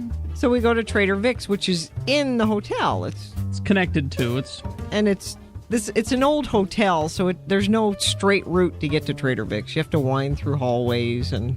Because they never do things like that in new buildings. No, well, it just sure been around a lot, haven't you? It was a circuitous route to get there. Sure. And we sit down, and Ben, the bartender, brings over the menu. And this is the menu of the drinks, not the menu of the food. Trader Vic's famous for its big Fruity drinks. Drinks served in coconuts with parasols and giant chunks of watermelon and pineapple. You can buy Trader Vic's syrups and things for drinks. And I said, well, I'd like a margarita because that's whenever I do actually have a mixed drink, that's the one I have. And I said, do you think I can get one? She doesn't have a real margarita. She has a snow cone, essentially. Yeah, because a real margarita is not blended. No. So I said, well, I'd like that. And Carrie said, well, I'm sure he can make you that. And I said, no, I'm here. I'm going to order something off the You menu. go, girl. Empowerment. So she ordered, what was it? I don't remember what it was called. Some kind of rum punch thing. Yeah. Come on. You don't know that? I don't remember what it was called. Okay. It was it was in a tall glass. It was red. It looked like Hawaiian punch. Had umbrellas and had a fruit chunk and of pineapple and all that stuff. Okay. And I had one. Yeah. And this is before the food, and then Carrie ordered another, and he made me get another. And that was it. That was it. She was gone. Where did she go? Empty stomach, drink and a half. She was in outer space. I was giggling, and I kept leaning on you, I think. You did. Did I touch you a lot? Mm-hmm. Yeah. But then you told me after the fact that I was saying I want you to things. tell me what you remember. Then I will fill in the holes. What do you remember after that? I remember I ordered a steak. Uh-huh. And you like the steak. The you steak ate was you good. ate it all. Yeah. And, lettuce wraps. I had some lettuce wraps. She was proud of the fact that she had a lettuce wrap. Yeah. And this is all after one drink. Yeah. I had a fortune cookie with a misspelling on it. Oh, did you save that? Yeah, I did. Okay. I have that. That's all I remember, really. You remember going back to the room? Did you guys go back to the same room? Or did you just wake up in your room? No, I went back there somehow. You went back to your room and then you watched Dances with Wolves. Oh, that's what I did. That's what you do remember. Because it was on HBO. Although I always have to turn it off when the white man comes, because that's when it gets sad. I always have to turn it off. Which implies, of course, that she watches it over and over and over again. Okay. So that's what I remember. That's what you remember. Okay. What is she leaving out? A lot. What? Giggling uncontrollably. About? Being drunk. This is I'm a naughty girl. This is a drink and a half. And I kept calling I'm not her. exaggerating. All I had to do to elicit, not kidding, 3 minutes worth of uncontrolled giggling was call her Drinky McWeather. That was all I had to do. Well, see, it's working now and she's sober, so I think she's sober. I have muscle memory from Drinky McWeather. How would it be possible for you to have muscle memory? It would imply muscles. That's right. All through the rest of dinner, she just kept laughing when she wasn't eating, and she kept saying, "I'm not a cheap date. I'm not a cheap date." I said, "No, Gina, of course you're not. You drank on an empty stomach. It's more efficient that way." But I never do. I'm not a cheap date. I'm not a cheap date. I never do that. I surprised myself how drunk I was on so little alcohol. Now, the other thing she left out was when she was sober. When we were walking to Trader Vic's, that long walk that she talked about, there's a very long hallway to get there. Yeah. So now she's plastered, and we're heading back to the room. And she stops at the entrance to this long hallway, kind of teeters a bit, steadies herself with her elbow up against the wall of the hallway. Good Lord. And you remember says- this? Yeah. And says, "Man, that's a long hallway." I had to work up the courage to walk down it. Well, apparently your bar manager, Mr. Ben Chung at Trader Vic's at the Beverly Hilton, Mr. Ben Chung being the bar That's who manager. waited on us. Was it really? It was Chung? Ben. He's famous. He's he apparently mixed you a fine drink. Yes, he did. Ben Chung. He's famous. He cared. He made my Mai Tai with love. He Ben did. Chung did. I saw him add the because love. I went there later and had someone else mix me another Mai Tai, and it wasn't as good. Wasn't Ben. Ben's the guy. Well, you should have taken it up with the general manager, Mr. Chai Rohana. Also a good man. Yeah. I saw him. I saw the name Chai on his name There tag, you and go. I CHAI. chuckled because I was like, I love to drink chai. Yeah. I wonder if he uses that. He's the Anyway, general manager. so I get her to her elevator because she was in a different wing of the hotel than we were. Get her to her I elevator. don't remember this part at all. She took my hand as if she was going to kiss it. You're making this. I'm not making this up. And said, Thank you so much, Carrie Jackson. Thank you. Good Lord. I'm not making that And part then, up. and given that, you put her on an elevator by herself? I thought she'd be okay. I'll bet she slept in the hall outside of her room for a good 2 hours. I made it back and watched Dances with Wolves. Yeah, for a while. So the second night, I got her drunk out at the El Torito Grill, and she got in the car, and after she made me take her to Cheesecake Factory to get a slice of cheesecake to go, Well, we were on our way. We were there. she says, I'm going to get this, I'm going to eat it on the way home, she said. Well, she laid down in the back of the car and fell asleep. I didn't eat it. And then didn't eat the cheesecake because it had been out too long. Yeah. Third And night, you said I snored. yeah, you did. It was so. She has a cute little snore. It's funny. And then the third was I got her drunk on good margaritas at Tortilla Joe's in downtown Disney, and made her walk around Disneyland drunk. 3 nights in a row. You're still hungover, aren't you? Not only do I never do that, I certainly have never done it 3 nights in a row. Wouldn't you like to do it again now that you've done it? I can be Drinky McWeather all the time. You know, on, you can Drinky. do that at home every night if you want. No, that's just sad, is what that is. Why? I do it. You call it sad. I call it fun. Yeah, but you're not alone. I call it relaxing. Yeah. You're not alone. It's sad when you drink alone. You have a son? Yeah. Honey, go get mommy Yeah. a drink. Go get mommy a Mai Tai out of the fridge. One of the cans of Trader Vic's. I'm gonna teach you how to make the perfect margarita.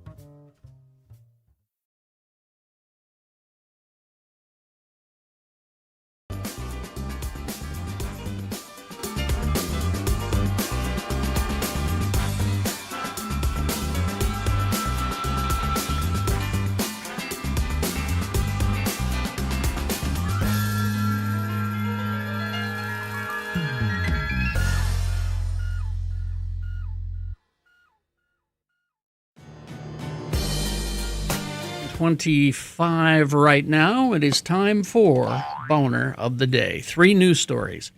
These will be examples of bad, stupid, or funny human behavior, and you will decide with your votes of these 3 candidates which one is the worst, which one deserves to be Boner of the Day for today, June 30, 2026. We'll give you 2 candidates now, a third after the news. Once you've heard all 3, you'll vote. One of you lucky random boner voters will receive Hey, can't buy it, got to win it. Radio from Hell boner t-shirt. Number 1. Welcome to Ottawa's Pubic Square. A spelling mistake on a French language poster promoting a City of Ottawa initiative caused them to mistakenly announce the formation of pubic squares. Purple posters explaining the city's Uncommon Spaces initiative, which will close off 3 sections of the Centertown area to create public space squares for gatherings and events from June to October, were erected in both English and French. Social media users quickly noticed the French version of the signs were meant to read placettes publiques, or public squares. Instead, they read placettes pubiques, which translates to pubic squares. The signs were noted in multiple locations Saturday, but Sabrina LeMay, the executive director of the Centertown Business Improvement Area, said they have since been taken down. This was an unintentional translation error that made its way into production. As soon as we became aware of it, we took steps to have it corrected, she said. City of Ottawa officials said that they were not involved in the creation of those posters. City Councillor Stephanie Plante, who serves as liaison counselor for the City of Ottawa's French Language Services Advisory Committee, told Radio Canada the mistake is, quote, unacceptable. We want to attract francophones. We want people from Gâteau to come here and participate in our events. I think they'll think we're taking this a bit lightly when we make a mistake like Publix without the L, she said. Boner candidate number 1. Welcome to Ottawa's Pubic Square. Here's boner candidate number 2. Kash Patel has one goal as the director of the FBI, to make himself look good. Kash Patel may have flouted legal constraints and the FBI's disciplinary code in prematurely divulging arrests in an alleged plot to attack this month's Ultimate Fighting Championship bout at the White House. The FBI director was accused of jumping the gun by posting details on social media of 5 arrests in an investigation carried out in conjunction with the Secret Service. It subsequently emerged that the inquiry was sealed by a court order, theoretically constraining Patel from publicly disclosing it.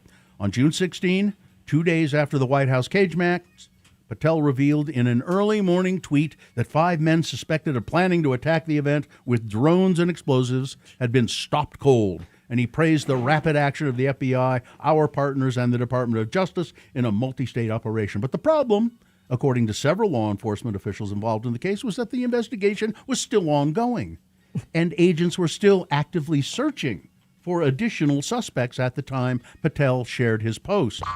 The UFC post triggered an implicit rebuke from Matt Quinn, the deputy director of the Secret Service, who, without naming Patel, told journalists, quote, "I'll tell you a phrase I learned early in my career in the New York field office, and that is, don't choke on your own smoke." Why does he still have a job? I'm unclear why. Because he will do anything Trump asks him to do. A former FBI counterintelligence official said, "I've worked on cases like ISIS and Al-Qaeda. I will never be able to speak about most of the work I did at the FBI." And he said, if people are actually doing the work, they will never get any credit for it. They accept that because they know what they're doing is important. But Kash Patel doesn't care. Nope. His goal is to make himself look good. And this isn't the first time he's done that. No. Yeah. Boner candidate, he did it with the Charlie Kirk. Yeah. Boner candidate number 2, Kash Patel has one goal, and that's to make himself look good. Oh, this next one. Vanilla Ice doesn't lead an artificial life. Much. All right, we got candidate number 3 coming up after this. Big Boy News and Opinioendo, brought to you by SALT mediation is the modern way to divorce. No court battles, flat fee mediation, uncontested services, attorney prepared paperwork with no court appearances. Visit saltmediation.com to schedule your free consultation. And Wade Taylor will be here at 7:45 to answer your questions about family law and mediation and all that stuff. So if you have any questions about divorce or wills or anything like that, save it for 7:45. Wade will be here in about 15, 20 minutes from now. So stand by for that. But of course, never, ever, ever forget. The views expressed on X96's Radio from Hell show do not necessarily reflect the opinions of Broadway Media, its management, owners, or advertisers. This program is intended for mature audiences. Parental discretion is advised. Kevin Spacey told Bill Maher that he feels his career is back on track nearly a decade after sexual harassment and misconduct allegations derailed it. Speaking on Bill Maher's Club Random podcast, the two-time Oscar winner said, "I feel less in jail than I did." Spacey's career collapsed in 2017 after actor Anthony Rapp accused him of assault. Multiple others followed with similar claims. Rapp later filed a $40 million lawsuit, but a New York jury found Spacey not liable. When Maher suggested that there was too much smoke and no fire, Spacey responded, "It just wasn't a raging forest fire, it was a small kitchen fire."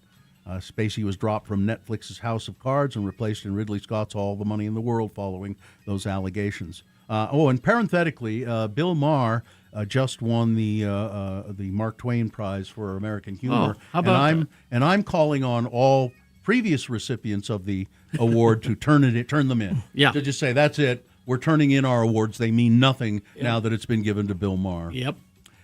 Utah wildfires have caused the Forest Service to close the Needles district of Canyonlands National Park, and they've ordered all visitors to evacuate. as the Babylon fire continued to expand. The fire, which started on Saturday, is burning in Bears Ears National Monument near Blanding. Hasn't spread into the Canyonlands National Park yet. However, the National Park Service says the fire's progression north toward the park and Highway 211 prompted this precautionary measure. The Needles Visitor Center is closed until further notice. The park also suspended new backcountry overnight and day use permits, campground reservations, day hiking, scenic driving in the district until the closure is lifted. The Babylon fire grew from 300 acres to 16,971 acres in just a 24-hour period. Wow. That had reached 38,399 acres by Monday morning. The blaze is one of several, of course, burning across the state of Utah. A shooting at a youth center in northern Germany left 6 people dead, several others injured, the local authorities said. Police arrested the alleged gunman and another individual connected to the shooting, but a 45-year-old man killed 6 adults, wounded several others. This is very rare in something like this to happen in Germany. They say, the local authorities said it was a dispute over the custody of the man's daughter. The daytime assault in the small city of Stade, roughly 30 miles west of Hamburg, killed 6 employees of the facility and the neighboring youth center, shocked a country where strict gun laws have made mass shootings a rarity. Strict gun laws can make mass shootings rare? I know, right? Are you sure? That I don't know. doesn't sound right. I don't know.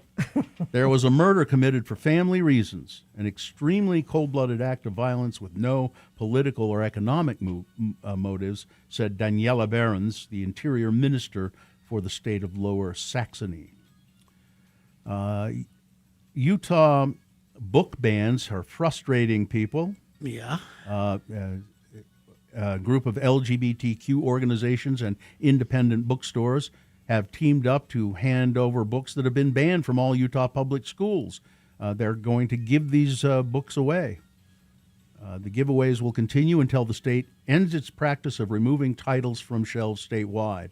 Organizers of the Read Between the Bands campaign include the King's English Bookshop, the Red Umbrella Bookstore, the Legendarium, Weller Books, along with Utah's LGBTQ plus Chamber of Commerce and Safe Zone Utah. There are, like on a table, there are free copies of banned books available for the ones that have been banned from public schools. So, well, Gina Barberi, our murder expert, has a very unusual morsel of murder. Karma, maybe? This is a karma murder? Yeah. A Georgia man who allegedly strangled his girlfriend to death is believed to have died of a heart attack while trying to get rid of her body in the Alabama woods, a local district attorney said. On Wednesday, June 10th, the bodies of Jessica Folds and Daniel Robbins of Macon, Georgia, were found in a wooded area near Country Road 86. Robbins was Folds' boyfriend. An autopsy found that Folds died of strangulation and that Robbins died of a heart attack. Based on the investigation, the autopsy done by the Alabama Department of Forensic Sciences, the female victim strangled, and it appears the male was attempting to dispose of the body in a remote location when he died of a heart attack. Their bodies were right there together. They were discovered at 12:20 p.m. when deputies were dispatched to a desolate wooded area. They found the truck still running with the driver's side door open and the tailgate lowered down. They also found signs that someone had, because you got to leave the truck running so you can get out of there fast after you bury the body. Yeah. They also found signs that someone had been dragged in the dirt from the back of the truck to the area where the bodies were found. Now, I wish Frank Christ were here, because I'd say, you know, that's an awkward situation when the Reaper shows up. There's got to be 2 different Reapers that show up in that situation. Well, you know, there was probably a Reaper for the victim. Yeah, a nice Reaper, which happened, I'm sure, hours before that. Yeah. Karma there. Oh, okay. Let's see. Salt Lake City School District is saying, or Salt Lake City schools in general, some are still in risk of closure because, well, we're not having enough babies. This is what the Republicans keep telling us. Yeah, they're talking about closing Let's see, 4 elementary schools. Which ones are they saying? I'm trying to look and can't find the names of them right off the bat. They need to make it affordable for people to have babies, Well, and then that's- maybe they will have babies. Say that, but I also don't know if it's because we're not having enough babies. I think that this is just the government cutting these budgets. According to public health officials with the Bear River Health Department, they collected a bat that has tested positive for rabies up in the Cache Valley, second known animal to test positive for rabies this year, after a bat tested positive in Washington County earlier this year. Rabies is almost always fatal when symptoms start and affects the brain and nervous systems of mammals, so it can impact humans, pets, and wildlife. Bats especially are primary carriers of the rabies virus, though most bats will not carry rabies, but there you go.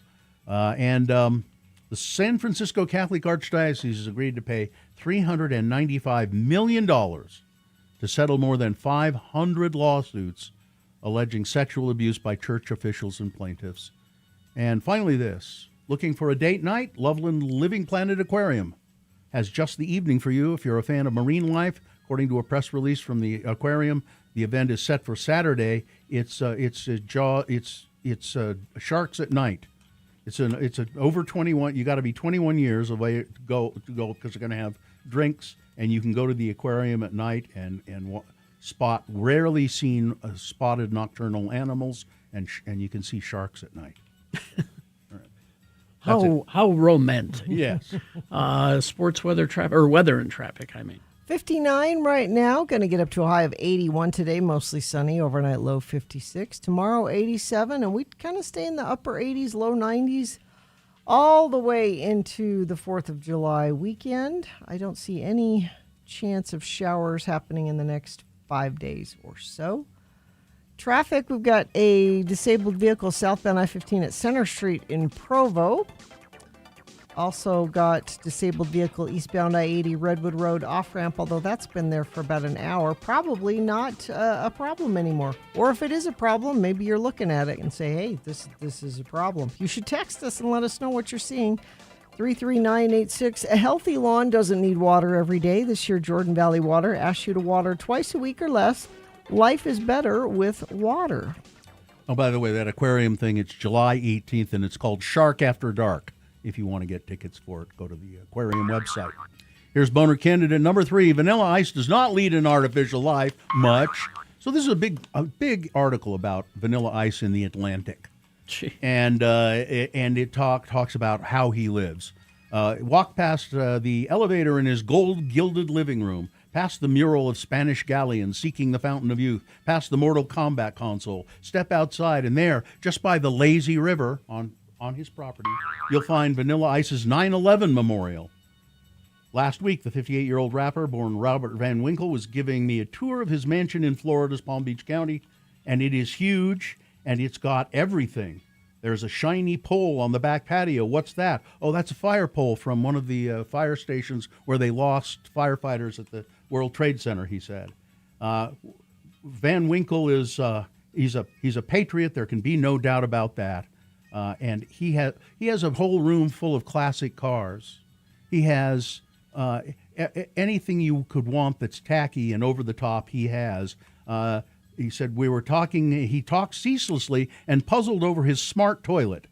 I think it's made for a woman to have fun and enjoy herself on it because it's got buttons that I'm just thinking. Well, that's curious," said Mr. Van Winkle. But he's just, as you go through and you look at the pictures of this, how he lives his life, it's just so over the top. And then the article concludes with, "The real tragedy of America's post-90 existence," Van Winkle told me, "is that there will never be a great unifying voice again. Someone like Elvis or Vanilla Ice. You need icons out there for people to kind of wake up and have a purpose, a meaning, some drive, some ambition," he said, sitting on a Rococo couch next to a gold-plated cheetah statue made by Versace. He rued the fallen state of the world once again. "Everything is artificial," he said. "I don't live an artificial life." What? It's all around you, honey. Sitting next to a gold-plated cheetah statue. How does Vanilla Ice have money to live? He did. Is it from the old days? But he has done very well with first of all, just his first songs, and then he still performs, and and then he got into home renovation, and he made money with that. He had a TV show. I still am confused how he has money. He's done very well. So All that's right. boner candidate number 3. Let's review the first 2 and vote. The thing about the toilet is just... Yeah. Boner candidate number 1, welcome to Ottawa's Pubic Square. A spelling mistake on a French language poster promoting City of Ottawa's initiative caused them to mistakenly announce the formation of pubic squares. They meant public squares, but well. Boner candidate number 2, Kash Patel has one goal as director of the FBI, to make himself look good. Yes, he's a publicity whore, and he's reveals stuff about FBI investigations on social media that he should not be revealing because he wants it to make him look good. And boner candidate number 3, Vanilla Ice does not live an artificial life much. All right. Time to vote. Here we go. 1, 2, or 3. Remember your candidate number. The one that you think is the worst of these 3 candidates. The one that you think should be boner of the day for today. 1, 2, or 3. Put that single digit in the message of a text. And then text that to 33986. Computer will count it for us. It's easy. Or you can call Katie if you like that more personal touch. She's in the producer's booth taking your votes at 877-602-9696. Or you can go online, x96.com. Look for the box that says Boners, June 30, 2026. Click on that and vote. And if you don't see that box, refresh your browser. It'll appear. Click and vote. All right, you've got, looks like just less than 4 minutes to get your vote in, and after that, it's Wade Taylor from Salt Mediation. He'll be here talking about divorce and wills and family law. If you have any questions, get ready to call in after we award the boner. Here we go. Which I don't know. They don't have urinals in Europe?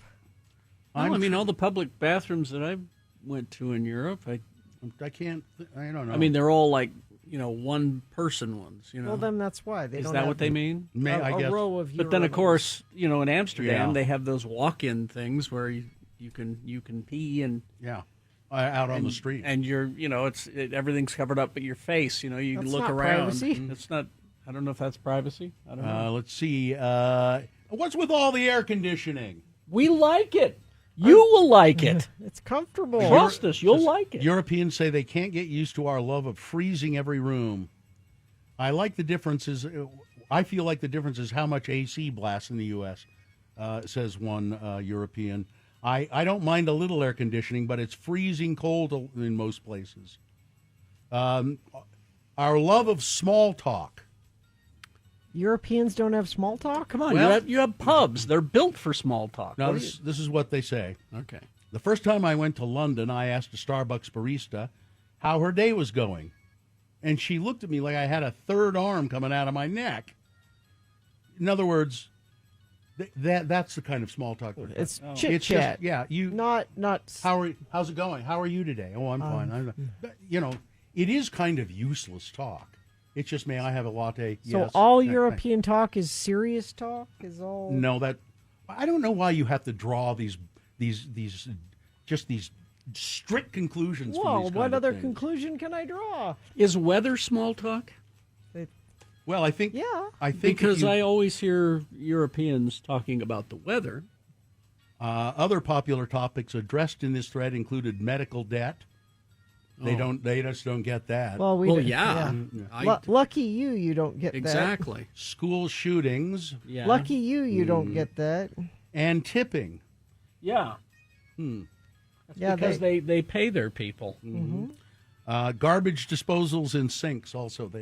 I bet they wish they had them. Well, honestly, none of us should have them because it gives you this false sense that you can put a whole steak down there. Yeah, that you can chop it put up. stuff down there, and really you shouldn't. You shouldn't put. You should. Excuse me. I used to abuse the privilege of having a disposal. Now I try to make sure that, I mean, you put all the leftover vegetables. Carrie and I did a public service announcement ad once where we played a married couple talking about disposal. Don't put stuff down. I seem to remember that. I remember that. Yeah. Honey, what are you doing? It was the dumb Gosh, husband. honey, I thought I'd put a steak down there. The first You can't do that. They're going to clog up the pipes. The first garbage disposal I had, we had artichokes. Mm-hmm. And after They're we'd fibrous, Bill. eaten, You the can't put artichokes and we had all those leftover leaves, I just started putting them down the garbage disposal. It burned out the garbage disposal, and the plumber comes and says, "You can't do that." Yeah, I mean, this is something that should be taught in high school. About garbage disposal. It's there for if a little tiny bit of something accidentally falls down the drain. That's what it's for. Yeah, you're not to scrape stuff into it. No. Yeah. Which is that's what most people do. They do. Scrape their plates off into the garbage disposal. You scrape it into the garbage can. Yeah. Or the compost bag. We didn't have a garbage disposal in my house recently. We had one, and then it burned out, and we didn't replace it for the longest time.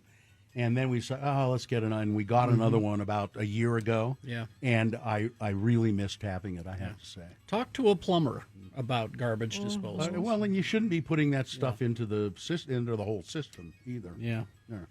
So those are the only ones that are listed here. I dated a guy from the Netherlands, and he got frustrated with me once because he said that when he asked how I was doing, he genuinely wanted to know, and that's not the same as it was here, where you just say, "I'm good." Mm-hmm. He really wanted to know. I mean, I'm pretty much on board with that. I don't really like this. How's it going? Fine. How's it going? I'm okay. How are you today? I'm not a fan of that kind of small talk. No. We hope you'd enjoyed another list with Radio from Hell on X96.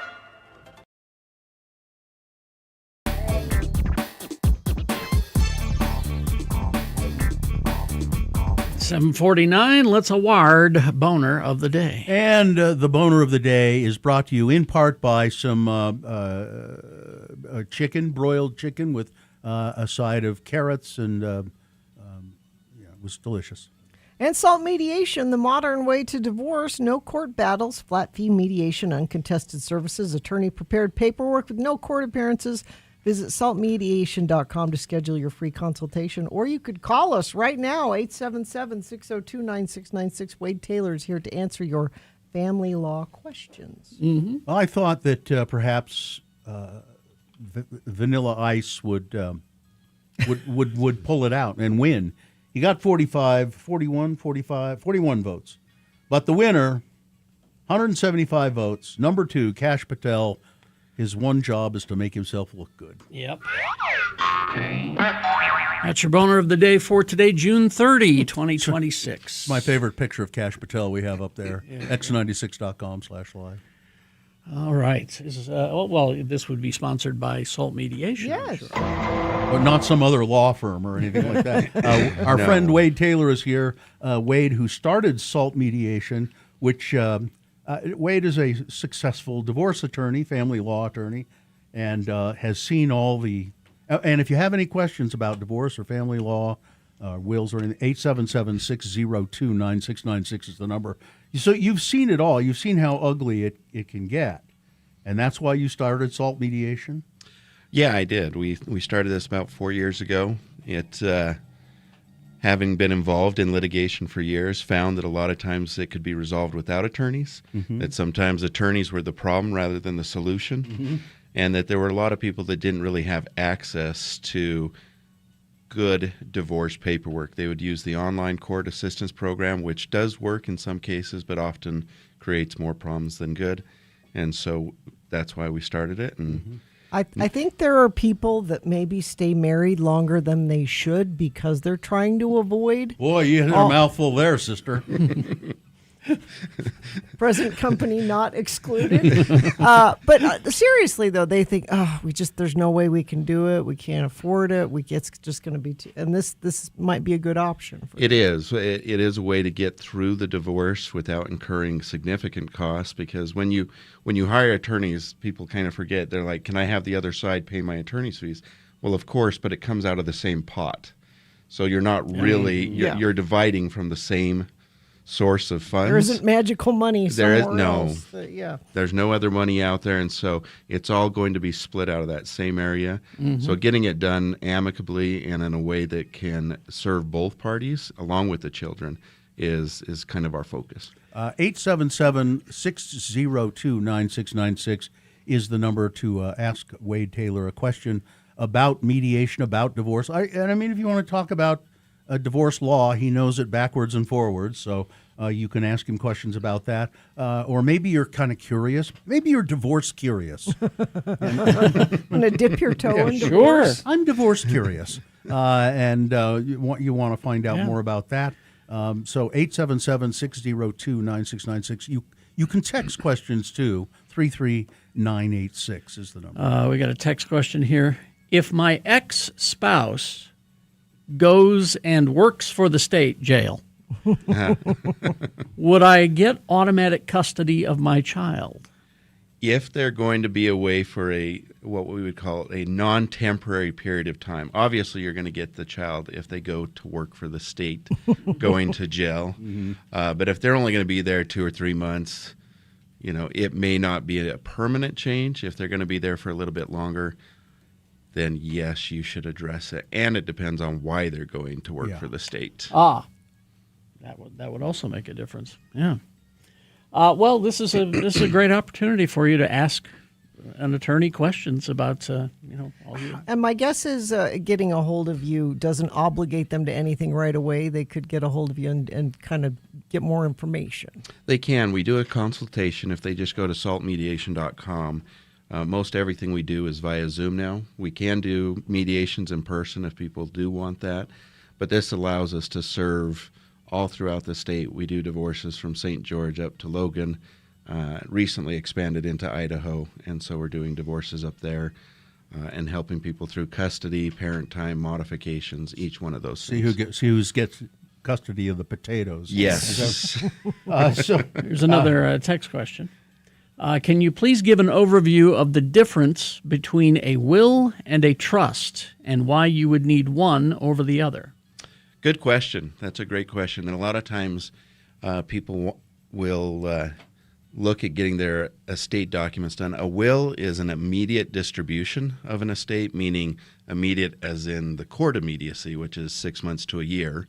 You don't get to put in any restrictions. You get to identify who it goes to. A trust allows you to control the distribution, the time of distribution. You can put in a lot of restrictions. I've done one. I don't want to give my kids any money till they're 30 because they'll just blow it if they get it younger than that. That is actually probably one of our biggest ones. Yeah. We also put in restrictions related to whether somebody has addiction issues. We do pet trusts. If somebody wants to give money to their dogs, there's all sorts of things. A trust allows you to control it for a longer period of time, and a lot of people will do it to protect real property so that they can use that to manage it. So we usually recommend doing a will and trust together as one estate package. I've left in my will and trust, I've left all my money to my housekeeper, Madge. She gets handles everything. it all. She gets everything. How is Madge, by the way? Oh, she's wonderful. She works hard, and she's always there for Has she me. finally stopped smoking? Yes, she did. She did. 877-602-9696. If you have questions about divorce, about mediation, or about going to divorce court, Family law. Yeah, family law, wills, trusts, all of that stuff. Wade can answer them. All right. 877-602-9696 or text your questions to 33986. Traffic, Gina. Northbound I-15, 95th South in Sandy. There's a disabled vehicle on the right shoulder. Southbound I-15 Center Street in Provo. Also disabled vehicle there. And whatever you're seeing, you can text us and let us know. 33986. A healthy lawn doesn't need to be watered every day. This year, Jordan Valley Water asks you to water twice a week or less. Life is better with water.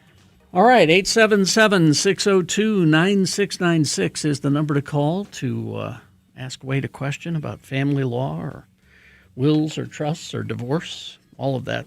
You can text your questions at 33986.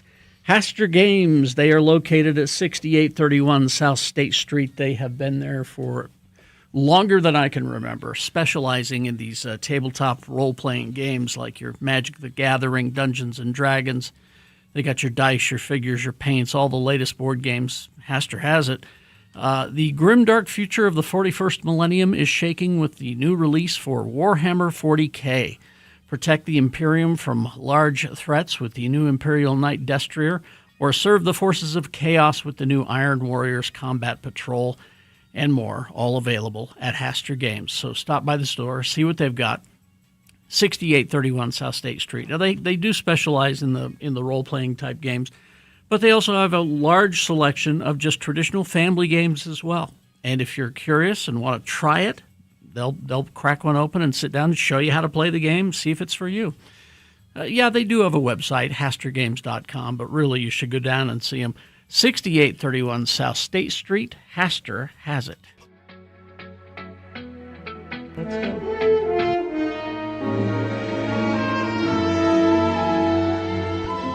Sorry, it's not queued up. That's all right. Sorry about that. Well, now, this is not a letter from Kyle. Oh. It's a letter from Kyle's daughter, Nina. Oh. Now, I love this song. Here we go. There was a boy, a very strange enchanted boy. That's Kyle Brown. Mm-hmm. Kyle, a longtime friend of the program. As a matter of fact, I believe his last letter sort of recounted his history. He started being on the radio with us when he was just like a high school kid and was with us for a long, long time. We found out that Kyle has ALS, Lou Gehrig's disease, and that's fatal. And he's getting worse, and he can't really talk very much, so he's been sending us letters about what's going on with him. But I opened it up today, and it says it was a letter from Kyle's daughter, Nina. Ever since I met Kyle, life got interesting and full of laughs. Like the first time we met, he blew out a tire because he took a corner too fast in a BMW 3 Series on a freeway entrance when I was just 6 years old. I believe. So I think Kyle's a father to Nina by marriage. Mm-hmm. He also loved to randomly bring animals to my mom's house, which is now why we have 3 cats. One of those animals also included a 3-month-old greyhound dog. Oh, yeah, he did like the greyhounds. He did. Kyle. He called my mom 30 minutes before bringing it home saying, "Hey, a tornado's about to show up at your house." His reasoning was so that my brother and I wouldn't be so lonely since we had just moved. My personal favorite animal rescue story, though, of Kyle's is after a bike race, he went to a Taco Bell in Payson, and he saw someone selling 2 Italian greyhounds and offered them $10 for both of the dogs. And then, of course, he brought them to a good home, ours. My favorite memories, though, were when we went on family trips. We would always go to St. George to bike and hike, and he would stop and catch lizards throughout the whole trip. Last summer, we went camping in the Tetons, and there was a platform where we had our tents set up on, and my siblings and I were walking underneath the platform one night, and all of a sudden, we could hear Kyle laughing above us. Come to find out, he was laughing because he had been peeing exactly in the spot where we were now walking. On our family trips, we have stayed at some really interesting places. We were going to Bear Lake, and there were no houses to stay at, but Kyle found a place. The people who owned the house told us to bring our own water because the water of the house had sulfur in it.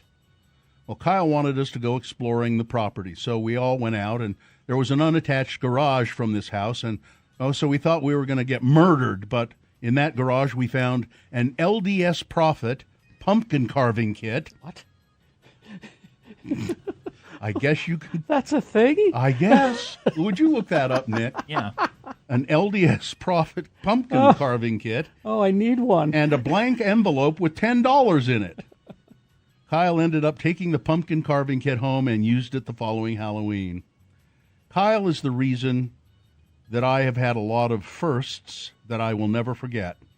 Kyle has taught me how to be a hard worker and to never, ever, ever give up. He lights up every room, and he has impacted so many people's lives. He's the best pretend dad ever, and I wouldn't want anyone else but Kyle to play that part in my life. And that's from Nina. And just to that part where Kyle has impacted so many people's lives, I had no idea, but I went to an event at, oh God, what high school is it? Anyway, it was for to honor Kyle, and there were hundreds of people there. Hundreds of people at this from the high school and teachers, and it was just amazing. Yep. Anyway.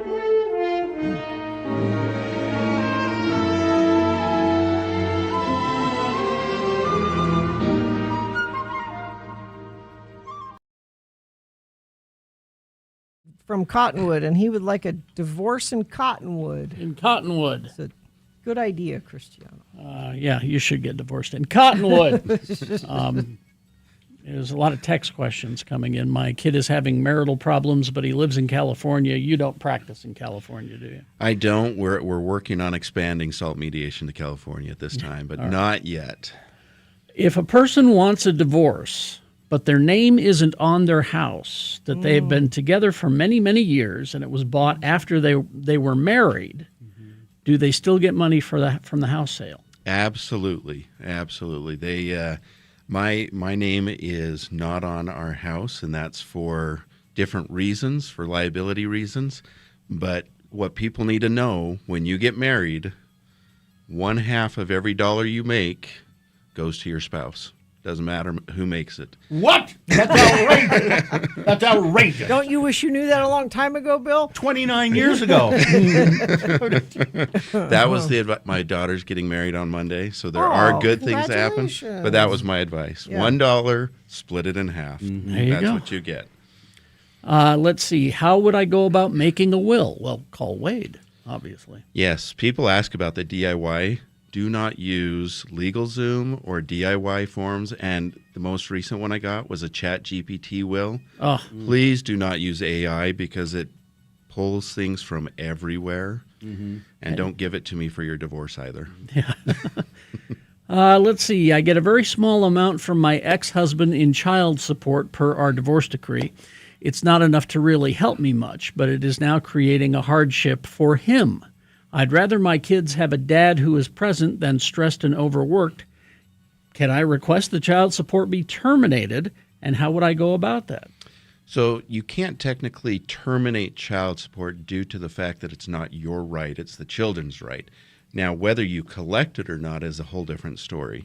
If you're going through ORS, which is the Office of Recovery Services, just close the case, and then you don't have to collect it from him. But you can't terminate it because it's not your right.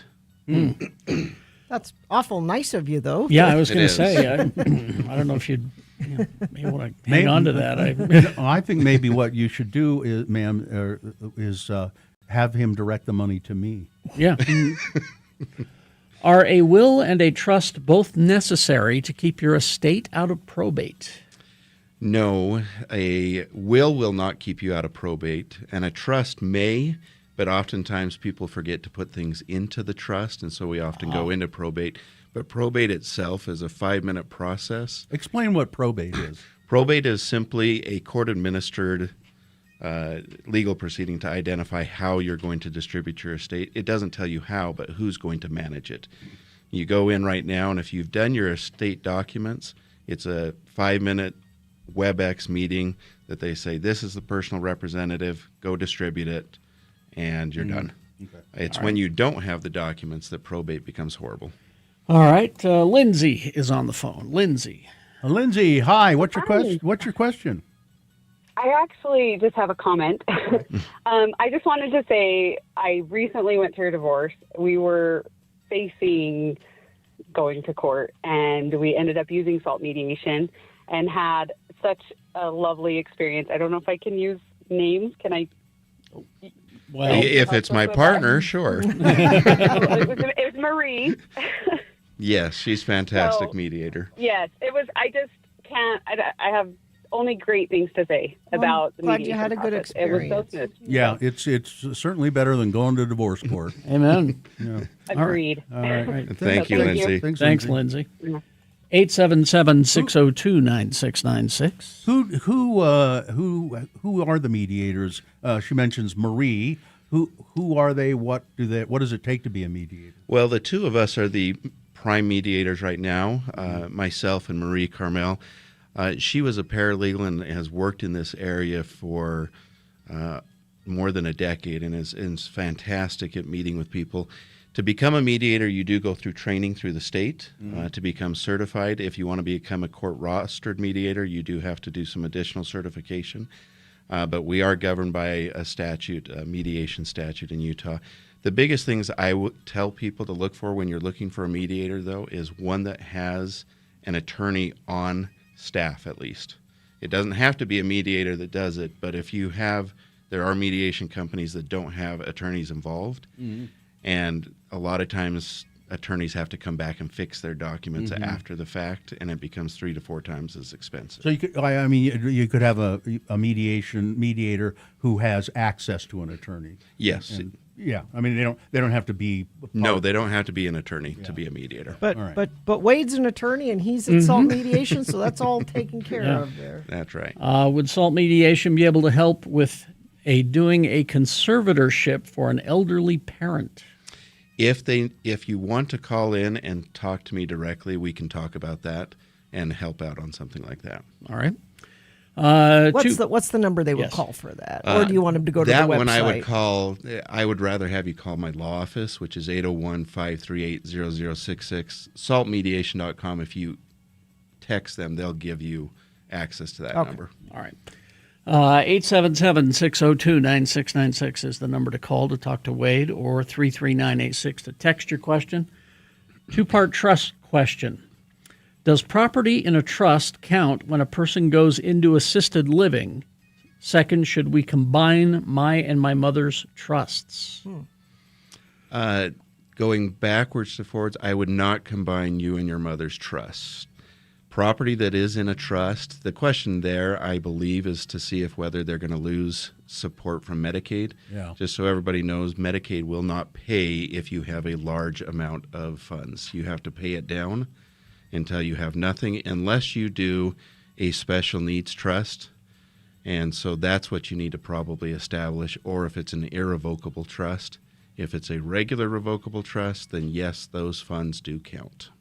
Which is a horrible way that dealing with your aging parents and them having to, you have to get rid of every your money. every bit of your money before they will help you. Let's see, here's another text question. I own a business. It's under my name. I own about 30% of my home via mortgage and other assets. Do I need to move ownership of my assets to a trust to insulate me from any risk exposure through the business? You can, if you've set up the business correctly, if it's a limited liability company or something that will be protected by that, or you have insurance, then you shouldn't have to worry about it, because typically they can only go after your home if there's either gross negligence or you have absolutely nothing in your business. So I would say you don't have to. You can put it into a trust, but a trust will not necessarily protect it. All right. Same question about getting a house after you're married but not being on the deed. What if two people are not married? One bought the house after they were together, and the two have been together for 20 years. We're actually seeing a lot more of this, and you can file suit to divide it. I will tell you, it makes it much more difficult if you're not on the deed. You can make a claim if you've been contributing to the home. Their counter argument is you got to live there rent-free, or you were contributing as if it was rent. So if you're not on a deed and you're not married, I would suggest while you're getting along, before things go south, get onto the deed or do some type of an agreement between the two of you. All right. A non-family friend has me in her will, leaving me money and assets, but the house isn't in a trust. Am I going to have to deal with probate hell? You may have to go to probate, which is fine, but that's a good friend to give you those things. It kind of depends on how it's drafted and how it relates to the family members, because that's where you see people get upset if they're disinherited. Doesn't mean it won't work out fine, but when people get disinherited, they like to fight more. Let's see. Are you knowledgeable in the LGBTQ legal rights for divorce and alimony? Yes, and in fact, in Utah, the LGBTQ community's rights are the exact same. We treat them the exact same. We've done a lot of representation of individuals within that community, from divorces, even prior to the rulings way back when. I've practiced that long. And so it is treated the same way, and we just simply go through the process because whether you're male, female, LGBTQ, the law is supposed to be non-gender specific when it comes to alimony. All right. What is the average cost of mediation with custody involved? From start to finish, if we're doing custody and it's just a mediation, you're usually looking about $3,000, and that includes your court filing fees. That does not sound bad at all No. compared to what it could be. Yes. My typical custody case as a lawyer, when I litigate them, I tell people you're looking at $8,000 to $10,000. Yeah. And if you're going to actually go to trial, every day in trial is about $10,000. Every day? Every day in trial is about $10,000, just because of the prep work and everything that goes on behind the scenes. That's saltmediation.com. Saltmediation.com. Don't be stupid. All right. Well, thank you, Wade. Wade you Taylor, much. saltmediation.com. You get a free consultation. You do. Check You do. So, if you're divorce curious, as I said earlier, check it out, I guess. I like that. All right. Thank you, guys. Thanks, Thank you, Wade. Wade. All right. Traffic, Gina, please. Northbound I-15, 95th South in Sandy. There's a disabled vehicle on the right shoulder.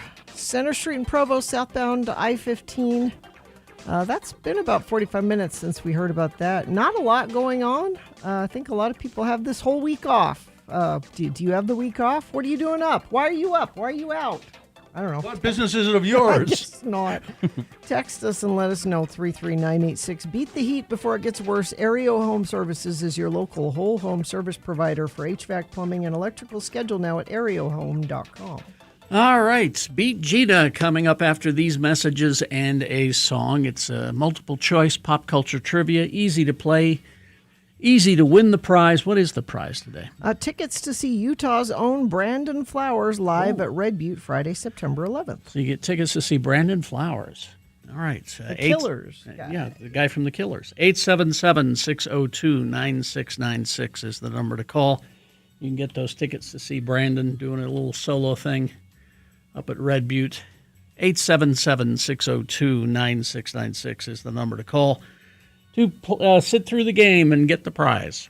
Very easy to do. All right. UtahAdvocates.com. The Advocates, if you've been in an accident, mediation won't do you any good. You need to go to the Advocates. Utah Advocates. They are a local law firm, small boutique firm that can handle your accident problems. If you know it wasn't your fault, well, find out. I mean, you're pretty sure when you talk to the Advocates, they can determine whether this accident was your fault or not. And if you are not in the wrong, then they will help you. They don't charge you a dime for the phone call. They don't charge you any money out of pocket while they work your case and then get you a settlement. So call the Advocates, 801-355-5550. That's 801-355-5550. 24 hours a day, 7 days a week. You can do that. And if you don't want to call the phone, if you like texting better or chatting online, you can go to UtahAdvocates.com. They will take care of you. You deserve an advocate. So the tyranny of soccer. Yes. Is that I don't know why you parents put up with Well, because my son wants to play soccer. That's what I mean. Form a different league. Or he could do something else. He does other things. Lots of other things. Why don't you tell him to take up whittling? So his team practices in Riverton. So anytime there's soccer practice, I have to go to Riverton. And soccer practice is an hour and a half long. So it doesn't make sense to come home after you've driven all the way out to Riverton. So I have to find things to do while he's at practice. So I usually have a stack of errands that I'll run these errands, and I will find a place that I don't normally go to do these errands in Riverton. All right. How do you find a place in Riverton? you Yelp, this kind of store near me. Okay. And I'm not going to say what kind of store this was. It was a store I needed to do some business in. Was it embarrassing? Is that why you won't tell I us? just don't want to identify the store. Okay. In front of the store is a big placard. All right. With a picture of the old Utah flag. Yes. The blue one with the seal in the middle of it. Mhm. And it says, please save our old flag. Here's a QR code you can scan to sign our petition to save the flag. I had to walk past that into the store. Yeah. I go into the store, and I had my Navy hat on. Okay. You're like your son said. My son, who is in the Navy. You're a Navy mom. And that sort of signals things to people. Yeah. Assumptions are made. Yes, that's perfect. Did way they to put leap on you? And someone behind the counter said, "Who's in the Navy?" And I said, "My son." He said, "Oh, me too. I was in the Navy too." Yes, yes. And so we had a little Navy back, which is great. I Navy love it. talk. I Okay. love it when people do that. All right. But he made assumptions. Yes. And he said, "Oh, have you signed our petition yet?" I said, "What what petition?" He said, "Oh, it's horrible news. We have a new flag in the state of Utah that people didn't get a chance to vote on." That's not true. Yeah. They had an opportunity to have another petition before, and they didn't get enough signatures, and so you've got to sign our petition. Now, I'm there to do business that I need to do. Yes. And he brings the petition over in a pen. You gotta. Yeah. I felt like I had to sign it Why? because I felt like I had to sign it. Why? I would just said no. I don't want to sign it. I like the new flag. I did not. There were other people there. Were they going who to pounce on you? It was uncomfortable. They were all turning. I felt like there was a reverse, liberal Karen viral video thing that could have happened from this if I decided to engage with them and I kind of like the new flag, and so I wrote a fake name on the petition. Oh, well, at least you did that. I wouldn't have signed, and I don't think I maybe would have made a big deal out of it. Or you could have said, "Oh, I already signed that. I don't want to sign it." Or I don't want to sign it. No, because he said, "Have you heard about our petition?" And I had already said no. So I see. I couldn't yourself up there. But it was an uncomfortable situation. There were about 4 people in the store who were all turning and looking at me going, "You're going to sign it, right?" Again, well, what were you afraid would happen? That they would beat you up? No, it was That they would say, when you feel the energy of a place and you're like, "I think the best course of action here is to just go along to get along. to get along." And then as I'm leaving, he said, we don't make much money here. Can you put a tip in the tip jar? And he holds it. Really? Now that okay. I you. would say, give me back that petition and cross your name off. Really? The whole thing was so weird and uncomfortable. Mm-hmm. But it wasn't just the people working there. It was the other patrons in the business that were all invested in and the government is the flag and the thing and I can't believe they took our flag away and it's a woke flag that we now have a woke Utah flag. How is it woke? I don't That's know. That's what I they sent say. Dan McKay when he texted me. Yeah. And I've tried to reach out to him again to get his flag people. Dan McKay is a conservative Utah County Republican, but he's the one who brought forth the new flag and really liked it. And I said, Dan, people don't like it because they think it's woke. The woke. It's the anti-woke mob. And I said, Dan, you're anything but woke. Yeah. I know, he said. Somebody said those flag loonies rented a booth at Box Elder County Fair. They were incredibly aggressive. Yeah, maybe I'm not conveying that enough. This wasn't like a casual, "Oh, you want to sign our petition?" It was like, you're going to sign our petition, right? Well, the one lesson I think you should take from this is don't wear your Navy hat in public. No, I like wearing it. Well, and I like talking to people about the Navy. And this goes back to me, taking back the flag. I don't like people making assumptions about my politics. You don't like it, but the assumptions they make if you're wearing the Navy hat is that you're not woke. Based on and you my are. Navy hat or my American flags that I like to... I'm sorry, they make assumptions. I'm trying to go against that. Just please tell me that the fake name you used was Jill Biden. Please. No. What was the fake name you used? I don't want to say. Yeah, well, they're going to go... They'll look it up and find you. I don't want to say. Yeah, see, It was Gina Lola Brigida, wasn't it? The asking for a tip thing, that's really tacky. Yes. That's very What kind of a place was it that you had to tip? I just don't You've feel already identified them as the store in Riverton that had the big I bet sign there are out front. many of those. Just be ready. Just practice Jill Biden's signature. Okay, yeah, it wasn't Jill Biden. You know, that's a federal offense if you signed it as Jill Biden. Is it? I think so. Okay. Impersonating a... Yeah. I'm your beat Gina announcer, Johnny Ola. And because it's social media day, I'd like to invite everyone to see some of my new cute little kitty cat pictures on the Johnny O MySpace page. And now this. Feel the fresh fruit zest. That fresh from the grove flavor you can taste. Why settle for mere imitation flavors when you can enjoy the sparkling goodness of the real thing? Orange Crush is made with the luscious juice and the delicate, flavorful fruit meat of sun-ripened oranges. Sure. You can see it in the bottle. Look closely at that iconic ribbed amber glass. That beautiful cloudiness is the visual promise of real fruit quality. It's a wholesome, delicious refreshment that Mother approves of and the children love. Don't ask for Orange Pop. Demand Orange Crush. And now, he's got his spine, he's got his Orange Crush. He's your host, Kerry Jackson. Thank you, Johnny Ola. You're welcome. Fruit meat. Fruit meat. Fruit meat. It's, Gina, it's the meat of the fruit. Oh, okay. And I'm sure it's in the soda. Yeah, sure.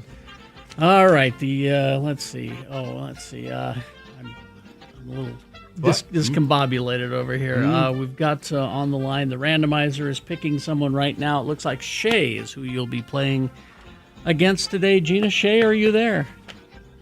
Yes, I'm here. All right, Shay, Hello. we're gonna toss a coin to see who goes first.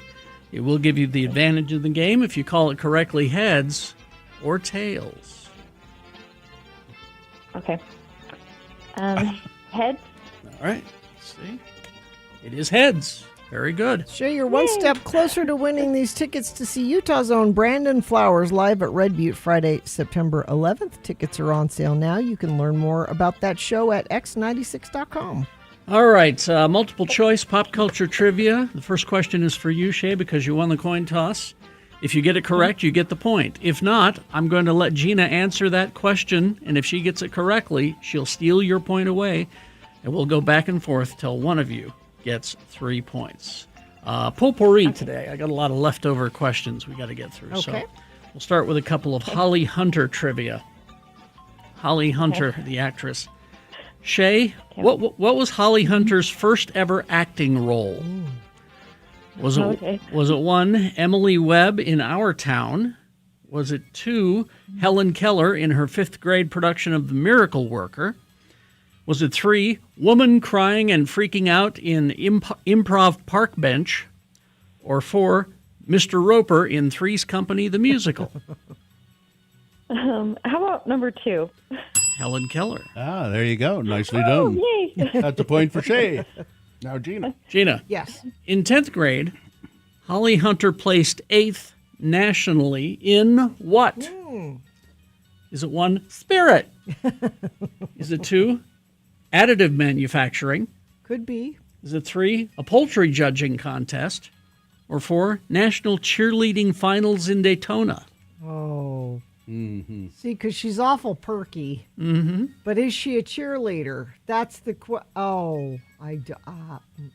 I'll go cheerleader. No, you tricked me, Terry Jackson. Shay. Okay. Let's do 3. Poultry judging contest? Correct. Really? 2 points for Shay, none for Gina. Shay, you could wrap this it up is it. here. Shay, you control the question. All right, Shay. Okay. Dungeons and Dragons, the movie trivia. Oh, okay. Don't worry about it. The Gloomstalker Ranger gains advantage on initiative rolls in what kind of environment? Come on, Shay, this is an easy one. Is it one the Manosphere? Is it 2 the Golden Corral Potato Bar? Is it 3 Dark Lightning or 4 Cemeteries? Let's do 4. Cemeteries? Oh. Oh, come on. Shoot. Everybody knows it's Dark Lightning. Of course they know it's Dark Lightning. All That was my right. second guess. That was your second guess. 2-1. Now, Gina, you control the question. Gina can tie it up here. All right. Goonies trivia. Okay. What does Jake Fratelli's note in prison call the cop? Is it 1, doofus? Is it 2, you schmuck? Is it 3, you froward and unable worm? Or 4, I scorn you, scurvy companion? All good insults. I'm going to go with schmuck. Schmuck is correct. Tied up? Tied up. All right, Shay. You could win with this question. Okay. All right, Shay. Okay. Let's go with, let's see, here we go. Ving Rhames is the iconic voice of what advertising campaign? Oh, come on. Is it 1, Allstate Insurance? Is it 2, Arby's? Is it 3, the Ronco Pocket Fisherman? Or 4, My Little Pony Toys? I think it's number 1. Allstate Insurance? That's Dennis Haysbert. That's Dennis Haysbert, another deep-voiced gentleman. It's Arby's. They have. We got the meats. Oh, okay, that's right. Yeah. Sorry, Oh. Shay. Yep.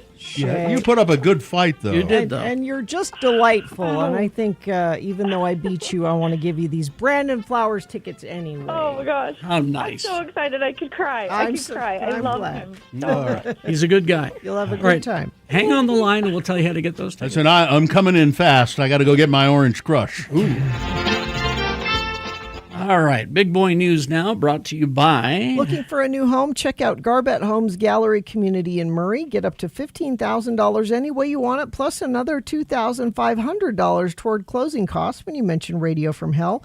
Browse online at garbethomes.com. And never, ever, ever, ever forget... The views expressed on X96's Radio from Hell show do not necessarily reflect the opinions of Broadway Media, its management, owners, or advertisers. This program is intended for mature audiences. Parental discretion is advised. A mysterious emu on the loose for more than 2 weeks in New Jersey was finally captured. Phew. He was selling insurance. and has a, those are just, never mind. I won't say it. Now the emu has a new permanent home at a zoo. The Hopatcong Animal Shelter announced on social media that the emu was captured Thursday on Colby Road. Hopatcong Animal Control Officer Gianna DiMatteo had been spotted on the dead end road. Said the emu had been spotted on the dead end road multiple times in recent days. Oh, there's video you can see at x96.com. Oh, they're in capture now. The people would leave food for the animal, and it would come out and eat. But so they needed to capture it, and DiMatteo and personnel from Hound Hunters of New Jersey set up a metal pen with the emu watching. We set up a 10x10 pen with a gate on it, and he watched us, and it was actually hysterical. He literally watched us put together the pen from about 5 feet away. He just kept casually walking by us. I took some apples, I tossed in, and he just walked right into the cage. And I came That's up how we behind get him. Bill to work every day. That's right. toss in an apple, and I'm at work. The emu was taken from to the Space Farms Zoo and Museum, where it will have a new permanent home. It doesn't say here where this, and I guess they don't know. Oh yeah, it says here the officials don't know where the emu came from. They just mystery emu. Yeah. Well, here we go. The Supreme Court today has upheld 2 state laws barring the participation of transgender female athletes from girls and in women's sports. The court ruling deals with laws from West Virginia and Idaho, but has implications for the 25 other states with similar restrictions and for athletes who compete in school and collegiate sports nationwide. And there are hundreds of thousands of them. No. They're just swarming school. There's there's like less than 50. It's yeah. like 20 of them or something like that. The Trump administration, which backed the state bans, has targeted the participation of transgender athletes in sports amid a national pushback against expanding rights for transgender people. Trump directed federal agencies last year to withdraw funding from schools that allow transgender athletes in girls' and women's sports. The court's conservative majority rejected the trans athletes' legal and constitutional claims. The 3 liberal justices did not accept those arguments, but said in a dissenting opinion that the constitutional claims should have been permitted to continue in the lower courts. Justice Sotomayor, writing for the liberal colleagues, said the majority cuts off that process prematurely by deciding that Becky Pepper Jackson's case has to end now, even though it's one of the most politically unpopular trans rights issues affecting a very small number of people. Many advocates argue that it was important to defend their participation in high school and college sports because it would set a precedent that would quickly be applied in other states. And that's going to happen. Pineview Reservoir. Boaters and paddleboarders at Pineview may soon be calling the lake Mudview. They're going to drain it to facilitate replacement of an aging pipeline. They thought it was a good year to do it because we had It's so all- little water. It's already pretty low. But they're taking a risk because what if the next winter is bad too? So that's a risk. City officials are working to upgrade a 55-year-old water line that runs underneath the reservoir to the city's wells in Ogden Valley, as well as a 100-year-old pipe running through Ogden Canyon. The reservoir will need to drop by about 50 feet to complete the work, which has water managers nervous following Utah's driest winter on record. It's stressing us out, said Scott Paxman, general manager for the Weber Basin Water Conservancy District, which operates the Pineview Dam. The reservoir typically has about 40,000 acre-feet left over when summer and irrigation seasons wrap up. When the required drawdown to support Ogden City, however, Paxman said he expects there will be about 2,000 acre-feet of water left by October 1. So they have to fix it. There's a break in it somewhere, and they're losing 1 million gallons of water a day. It makes sense that when the water's low anyway, they don't have to release as much as if we had a normal year. Now, as I recall, and I assume it's still there, that reservoir, before it was there, what was there was several artesian wells. That water just naturally coming up out of the earth. Oh. And that's what Ogden used for its water supply for a long time, was that water. They piped it down into Ogden from those artesian wells. I think they're still there. So maybe that water can help. But I also remember years ago when they drained that reservoir completely. I don't think it was to do work on the pipeline. I think they were doing some work on the dam itself, and it was completely drained, and it was really astonishing to see all the cars. There were many. There were many cars in there, and just all kinds of junk, and it's bizarre. So let's see here. Salt Lake City has a message to Independence Day revelers: celebrate the 4th of July without fireworks.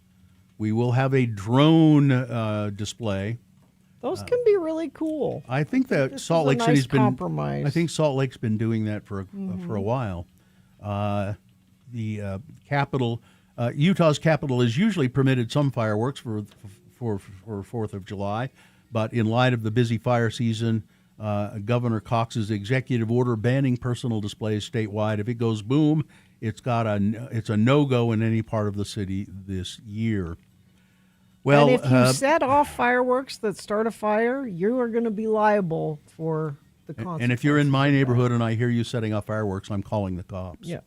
Iran and the United States have offered conflicting narratives about whether the delegations they plan to have in Qatar today will hold direct talks, days after an exchange of hostilities threatened a tenuous ceasefire deal. The 4-day exchange that ended on Sunday also undercut the nascent recovery of shipping in the Strait of Hormuz, a crucial choke point for oil and gas shipments that Iran effectively blockaded after the war started. And as the two countries try to negotiate a permanent end to the war, they remain far apart on important issues, including the future of Iran's nuclear program. I'm going to think that that's not going to change anytime soon. This is good news. U.S. Supreme Court rules against Trump's order to limit birthright citizenship. Oh, everybody pretty much thought that would happen, because how can we say a president has the right with a stroke of his pen to just erase an amendment to the United States Constitution? Yeah, that's if ridiculous. that needs to happen, it has to go through Congress. So there's some good news. Moscow came under a major drone attack overnight. The city's mayor said, less than 2 weeks after Ukraine launched a large-scale drone assault on the Russian capital. Several waves of drones started hitting Monday night. Russian air defenses had shot down more than 60. Emergency services were working at crash sites. He didn't mention any injuries, but there certainly were some injuries. The Venezuelan earthquake, the aftermath of that, the hopes of finding survivors fading in Venezuela. The search has entered its 5th day. The official death toll has now risen to over 17,000.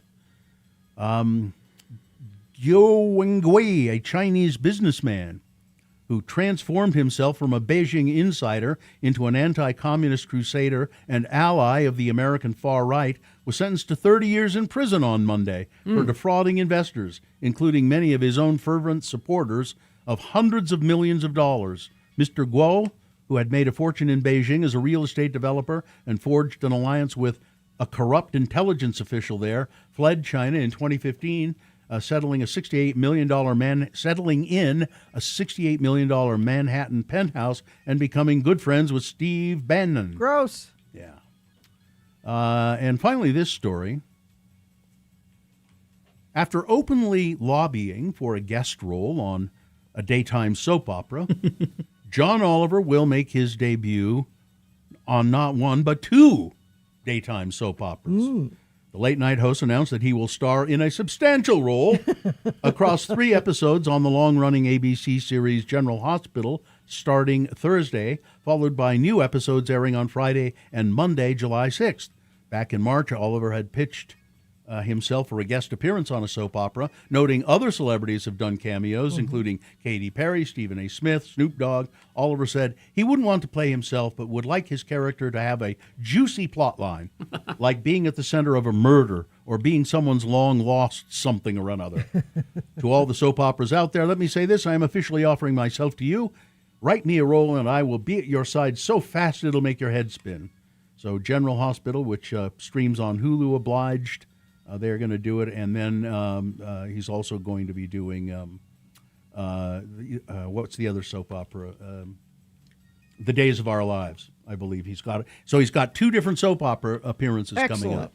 So way to go, John Oliver. I don't know. There's something wrong with him. I think he likes soap operas. He must. He loves the Real. I know he loves Real Housewives. Housewives of Salt Lake. He loves it. So it would make sense that he'd like. I think when he soap operas. sits down in front of the television, he wants to just check out, and so he watches trash. Anyway, there you go. Right. That's the news. Sports, weather, traffic. The World Cup knockout stage has arrived after 17 days of group stage drama. The 2026 tournament has shifted to the round of 32, where every match now is win or get out of here. Japan got things started early Monday with a 29th minute goal, but they lost in stoppage time, sending Brazil through to the next round. The afternoon matchup, Germany and Paraguay engaged in a 120-plus minute thriller that ended 1-1 before the penalty shootout. And then Germany, get out of here. Paraguay moves on. Netherlands and Morocco capped off the night with another penalty shootout in one of the most anticipated matches of the tournament. In the end, Morocco got the result they wanted, and they will move on. And then the Netherlands, get out of here. Weather, 63 right now, going to go for a high of 81 today, mostly sunny. Low of 56 overnight. 87 tomorrow, 90 Thursday, and we kind of stay right around 90, it looks like, all the way through the 4th of July. I don't see any storms coming through between now and then.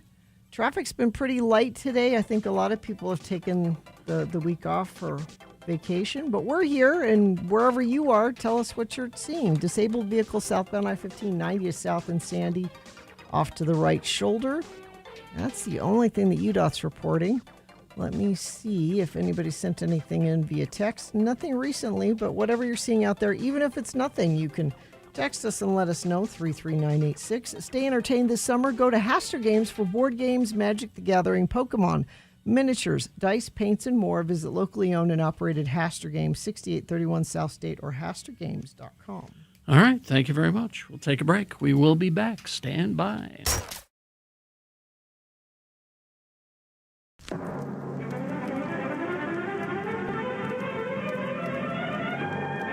It's often said that the people of Utah speak a language all their own. It's a language that's often confusing and even incomprehensible to newcomers here in the Beehive State. So, Radio from Hell presents a handy guide to help everyone understand how the natives speak. It's the Utah word of the day. And today's word is... Smegs.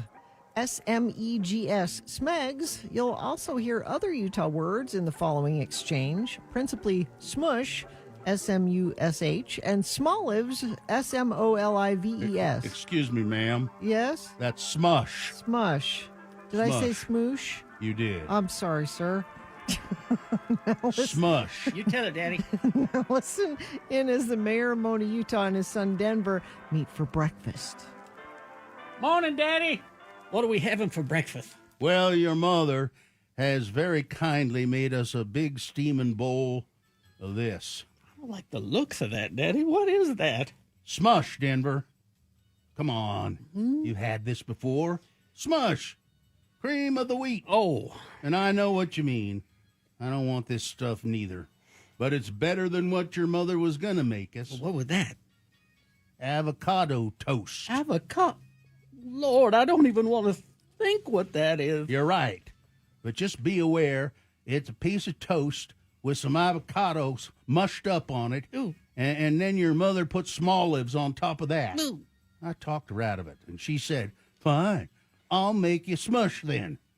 I didn't dare say nothing more because you know how she can get. Why can't we have a regular He-Man breakfast like we usually do? Denver, you need to pay a little bit of attention to the world around you. Oh? We can't have the breakfast we want because all the chickens are sick. They got the flu. So they have to stay home from work? Are all of them sick so they can't tend to laying? Well, not all of them, but the gist is, with a lot less chickens producing, the price of the product they produce has went way up, and we can't afford them. Well, what about another thought, Daddy? I mean, other animals make the same breakfast food that chickens do.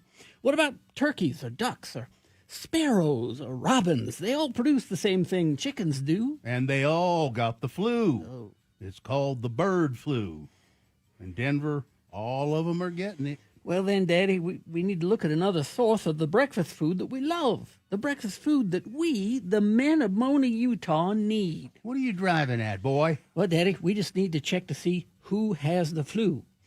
Is there turtle flu, lizard flu, or snake flu? Well, no, not that I heard of. Well, there you go. We want some eggs for breakfast, a man's breakfast. We can get some bacon, but we need some eggs, a new source. So why not turtle eggs, lizard eggs, snake eggs? How about hash browns, toast, and smegs from a snake? Denver, we're going to have smush. Cream of wheat. Eat it. Join us again some other time as we examine how the Utah natives speak with I don't know if this is a poll or a list. It's kind of a poll list. Everybody loves a good poll. A good poll list. It's polling Americans about our greatest contribution over the last 250 years. What does that mean? The country of America. Our greatest contribution to the world. To the world? Yeah. Okay. All right. Okay. Americans agree the U.S. has brought light to the world in a relatively short time as a nation. Most Americans believe that democracy is this country's greatest gift to the world, according to a new poll published ahead of the nation's 250th anniversary. Those polled also gave a surprising answer for the most American food. What do you think the most American food Hot dog. is? People would say probably apple pie. Shunning hot dogs and apple pie. Oh. The humble hamburger came out. Yeah, that would be my second guess. Number one, the humble hamburger, even though it's named after the German city of Hamburg. Yeah. What is a humble hamburger? I'm not. The Library of Congress recognizes Danish immigrant Louis Lassen as the inventor of the hamburger sandwich at his diner in New Haven, Connecticut in 1900. I love a hamburger. I love a good hamburger. Second place was barbecue. Yeah. Apple pie came in third with 19. Even though it's more German than anything, but yeah, you would think. Well, aren't hot dogs really more? Hot dogs are Frankfurters. Yeah. I'm from Frankfurt.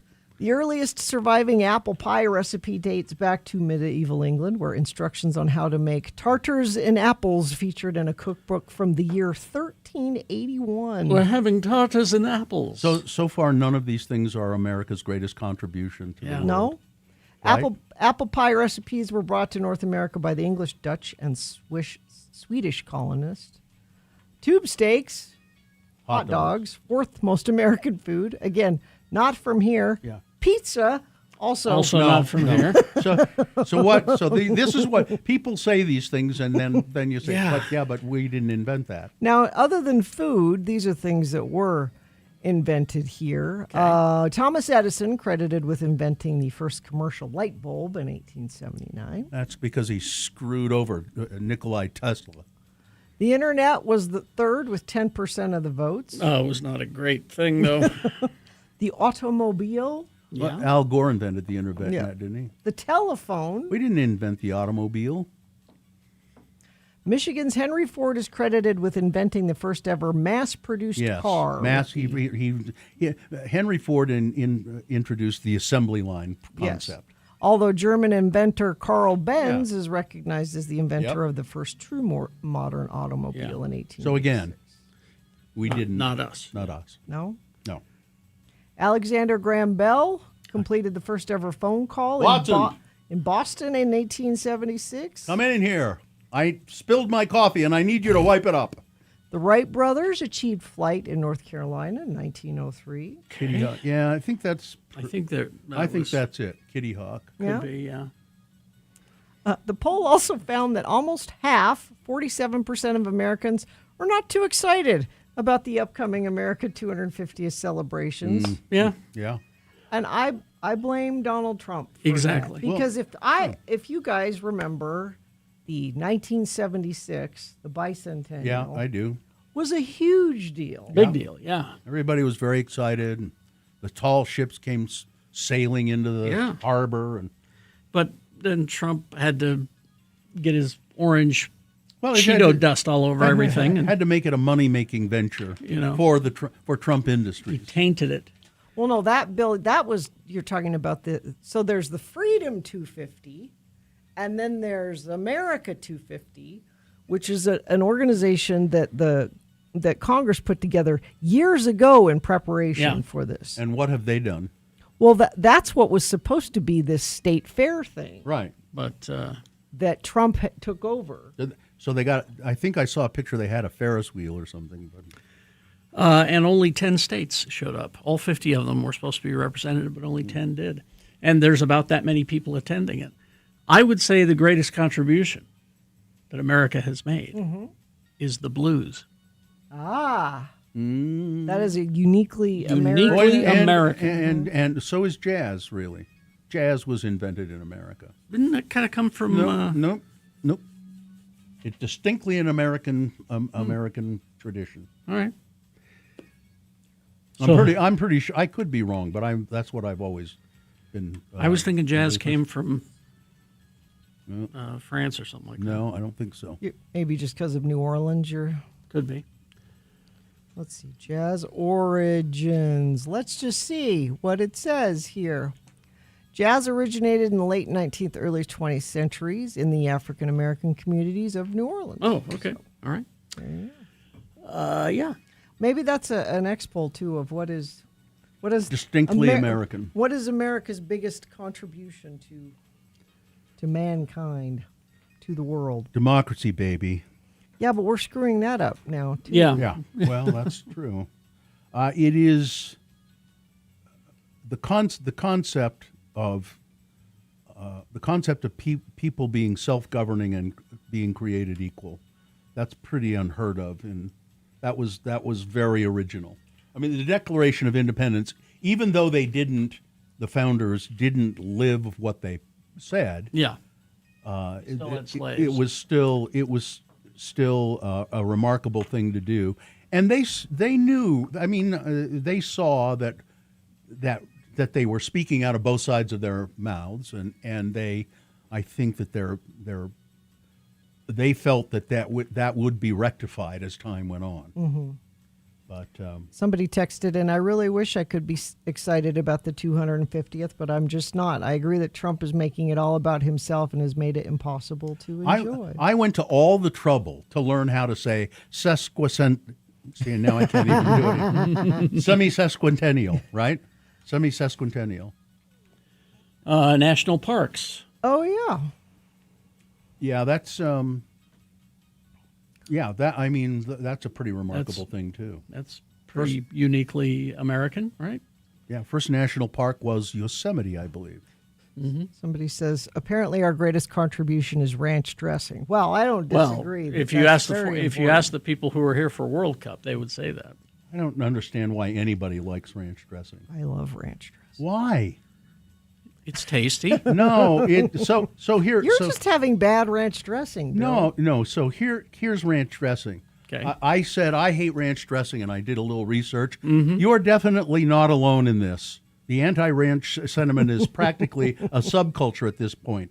Why do people dislike ranch dressing? And this sums up exactly why I don't like it. The masking effect. Because ranch is heavy on buttermilk, mayo, garlic, onion powders. It has a very dominant flavor profile. It doesn't complement the food. It just makes everything taste like ranch. The texture, thick, creamy consistency can easily overwhelm the crisp greens of a salad, turning a fresh salad into heavy, soggy messes. But, Bill, if you don't like salad, it's a way to... It has moved way beyond. It has moved over ubiquity. It has moved way beyond salad. Oh, yeah. It's on pizza, wings, fries, chips, even on Pop-Tarts or soda as a gimmick. Exactly. For detractors, this omnipresence feels like versatility, less like versatility, and more like a lack of culinary imagination. Dipping an onion ring in ranch dressing? It makes the onion ring taste like ranch. It's delicious. I love an onion ring in ranch dressing. Mm-hmm. Awful. It's an awful, maybe I'll have that for overrated lunch. product. Oh, yeah, let's do that. Let's get onion ring, Yeah. Mm. I'll meet you down at the Market Street in the old mill. Yeah, not this one. Not this one. Is this one still open today? Which one? Today, What? the downtown The Market Street downtown? I don't know. It might be the last. Because the if one it hasn't closed already, I think today's because the one at the old mill has onion rings that are the biggest onion rings that you've ever seen. They're so big when you order a side of onion rings, they come in 2 containers. That's how big they are. You know what I always liked was the Tony Roma. They had this big like a big onion tower thing. It was really good. Mm. Yeah, well, you need the bloomin' onion then. Yeah, I like the bloomin' onion. I've had that, and I would never sully it with ranch dressing. Yeah. Would you dip it in anything? Fry sauce. It's good with fry sauce. Yeah, I'm okay with a little fry sauce. Maybe a little. I don't mind a little ketchup. We've got conflict. If somebody's like, "I'm with you, Bill. Ranch is gross," but then somebody else says, "Jesus, what did ranch ever do to Bill?" You want to know? Ranch killed my brother. Oh, Ranger Kate. First official national park was Yellowstone. Yosemite, the first protected piece of land, but California controlled it, not the federal government. And someone else texting in, Yellowstone was the first national park, and they used to have excellent ranch dressing in their cafeteria. And there we go. We've come. Which is why I stopped going to Yellowstone. Let's see. Yeah. Anyway. All right. America. Hell yeah. All right. Traffic. Let's see. Southbound I-15 90 south in Sandy, milepost 295, disabled vehicle there. Gosh, that's about it. I think a lot of people are taking the week off and on vacation already because traffic's just been very, very light today. I would love to take the week off. Yeah, wouldn't that be great? Now people are talking about onion rings. For good onion rings, there used to be a place called Shivers. They also had English chips. Oh, yeah, I remember that. Yeah, I remember those. Which are apparently non-existent anywhere. No, you can get those at Warren's or Dillon's up in... English chips? Yep, they have those there if you're looking for those. They used to have them at Car Quick, too, didn't they? Car Quick. Clark Planetarium proudly presents Laser K-Pop Demon Hunters, where electrifying K-pop rhythms collide with high-energy battle of light and sound. It's bold, it's intense, it's unlike anything you've seen before. Tickets at clarkplanetarium.org. KXRK Provo. All right, we're going to take a break, play a song. After that song, it's the Boner Recap. All you got to do is call us and tell us who won the boner this morning. It's easy. If you were listening, you know. If you weren't listening, or if you're not sure, cheat. Go to x96.com, click on the box that says Boners June 30, 2026. The answer will be revealed. Call and tell us what that is, and you'll win what? Experience the classical masterpiece Beethoven Symphony No. 9 performed live by the Utah Symphony as part of the Deer Valley Music Festival going on July 17th and 18th at the Snow Park Outdoor Amphitheater. All right, so you're going to get those tickets. You call to play the Boner Recap. 877-602-9696 is the number. Get in line and play, and you'll get those prizes. All right. So Larson HVAC and Plumbing. I bet you've not given your water heater a second thought. My what? Your water heater. Exactly. What's that? Most of us haven't. Now you don't notice it until you go to take a shower and there's no hot water coming out. Don't wait till that happens. Most water heaters start having problems once they're around 6 years old, and I bet yours is older than that. You need to call our friends at Larson HVAC and Plumbing, 801-930-5450, or you can go to larsonhvac.com/x96. They'll come in and check things out. Take a look before a small issue turns into a big mess. And right now, Larson is offering $600 off a new 50-gallon water heater. They won't just swap out the tank and leave. They'll make sure everything's brought up to current code, including things like earthquake straps, expansion tanks, details that protect your home long term. We trust Larson. We've had them at our houses for HVAC and plumbing stuff. They're not there to sell you things you don't need. They're there to fix what needs fixing and explain your options clearly, treat you right. So if your water heater's getting older, don't wait. Call Larson, 801-930-5450, or go to larsonhvac.com/x96. Vaxeldan, our radio pup, finally has a sponsor. It's Zero Res, and this time of year brings a lot of dirt and things through your house, damaging your carpets. Vax says book your carpet cleaning appointment today. Not only do you get the fourth room free, but your animals will thank you with extra love. Go to zerores.com today.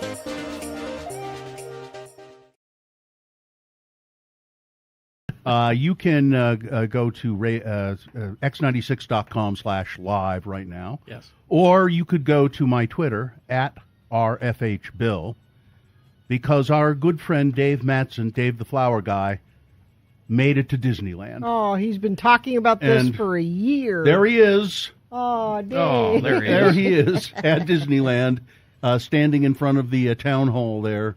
Where the that's what you do. You take a picture at the entrance before you go in. People who listen at this time of day may not be familiar with. Yeah, with we usually Dave. talk to Dave later in the show. Dave is a longtime friend of the program. He's the guy you see around Salt Lake City. He has a tractor with a trailer on it, like a lawn tractor, not a lawnmower, like not a big riding lawnmower. Yeah, it's a riding lawnmower essentially, and he drives that around town and he mows lawns for people. And he sells flowers.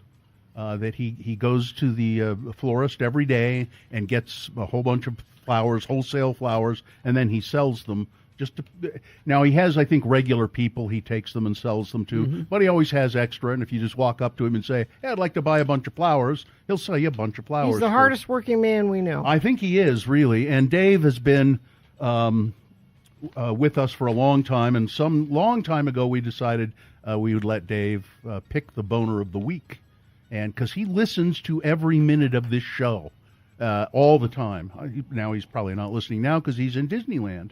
His good friend Chelsea took him to Disneyland. And Dave has cerebral palsy. We should probably mention that. Yes, he does. And he's just a wonderful human being. He did I tell you about him at the roller derby? Mm-mm. So my wife and the big Wasatch Roller Derby League, and there are several teams. They had a big fundraiser this past Saturday, all day. Like from noon till 7 o'clock at night, and they had games and carnival games and food and raffles. And Dave and Chelsea came to the event and bought a whole bunch of raffle tickets. Nice. Chelsea bought just tons of raffle tickets, and one of the raffle things they were doing, and I've never seen this done, it was just put money in the pot, put money in. And then if you win, we read your ticket number, you get half of what's in the jar. Yeah. I had never seen that done before. Dave won it. Oh, good. And it was probably $150 that he had in his hand. That's about how much he will need to do what is happening right here, yes. You know what he did?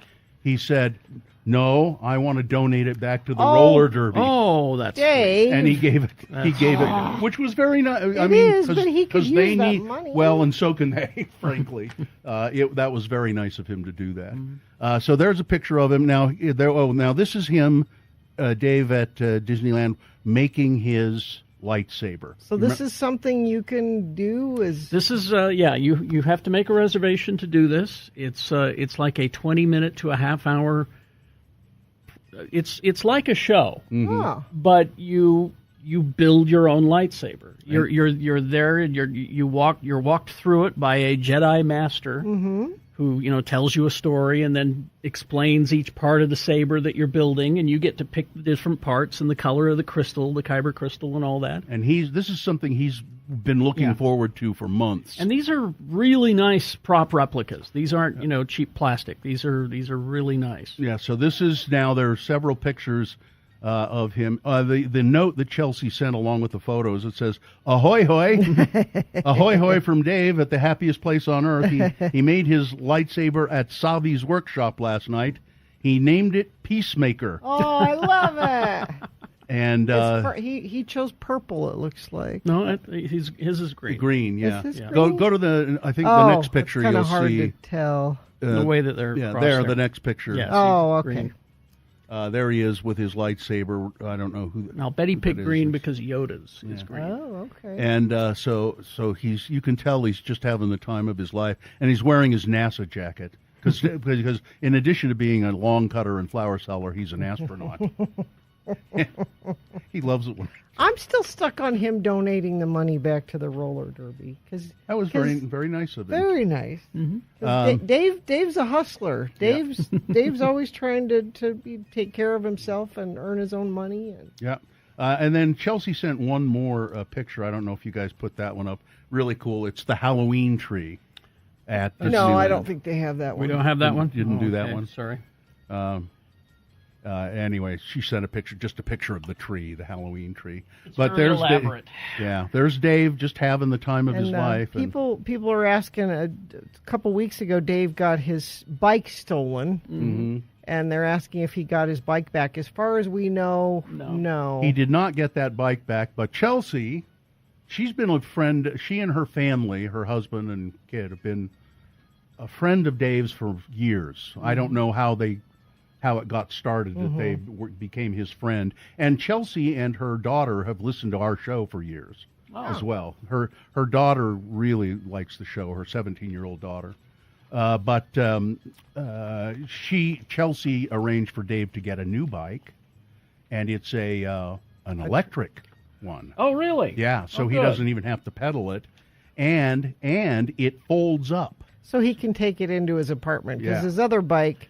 he had it chained up outside his apartment. Someone, bolt cutter broke the chain and stole it. Katie, let's put these pictures on our Facebook page, because that way people who are just listening or not on YouTube can see them. I put 2 of them on my Twitter at RFHBill, and it's he's just having the time of his life now. He's promised he'll be back tomorrow because he's going to come in and do the boner of the week like he always does. Yep. And I'm sure he'll have some stories for us. And by the way, I would say that a long time ago, not a long time ago, what is it, 3 years ago, Dave's mother passed away. And he used to live with her. Yeah, he lived with her. Katie says 2 years. 2 years ago. And Dave was in kind of desperate straits at that time. And we set up a GoFundMe for Dave. And friends of the Radio from Hell show just came through. Like you always do. How much money was raised, Katie? About 10,000? 5,000? 50,000. 50,000. Was it 50,000? 50,000. 50,000? Wow.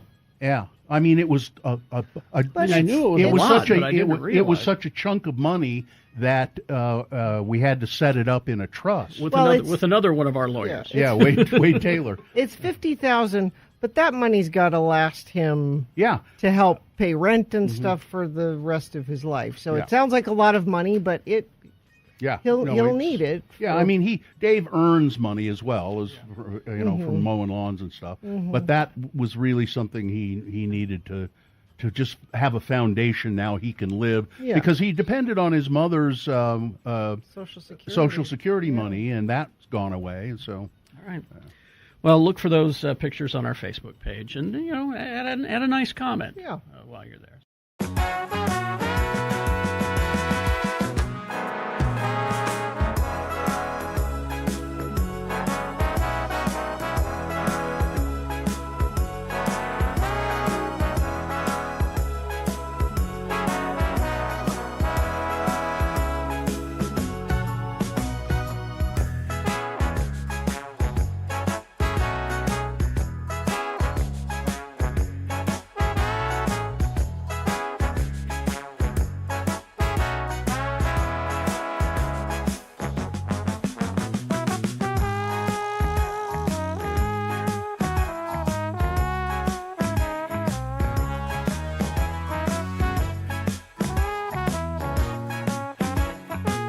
Lionel and Perry is enjoying the sun in Perry. In Perry. Yes.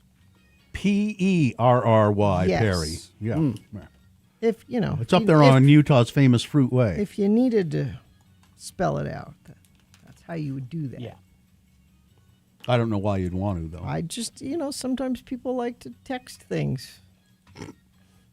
I like to text. What are you doing today? I like to just text things. That's what I do. I text things. Words, mostly. Sometimes pictures.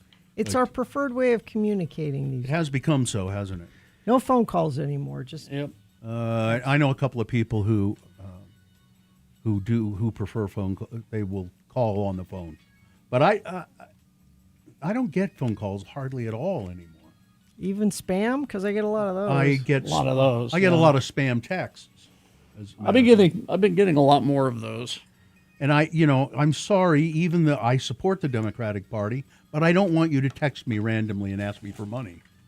It makes you not want to donate when they keep harassing you. And Go harass somebody that hasn't donated. I block you as spam, and the ones I've been getting are, hi, this is Chris. We're doing roofs in your neighborhood, I forgot. I just blocked one of those yesterday. Delete, block. Well, and when when the general election starts up in earnest, if Ben McAdams starts sending me a flyer a day to my house, I may just not vote for him.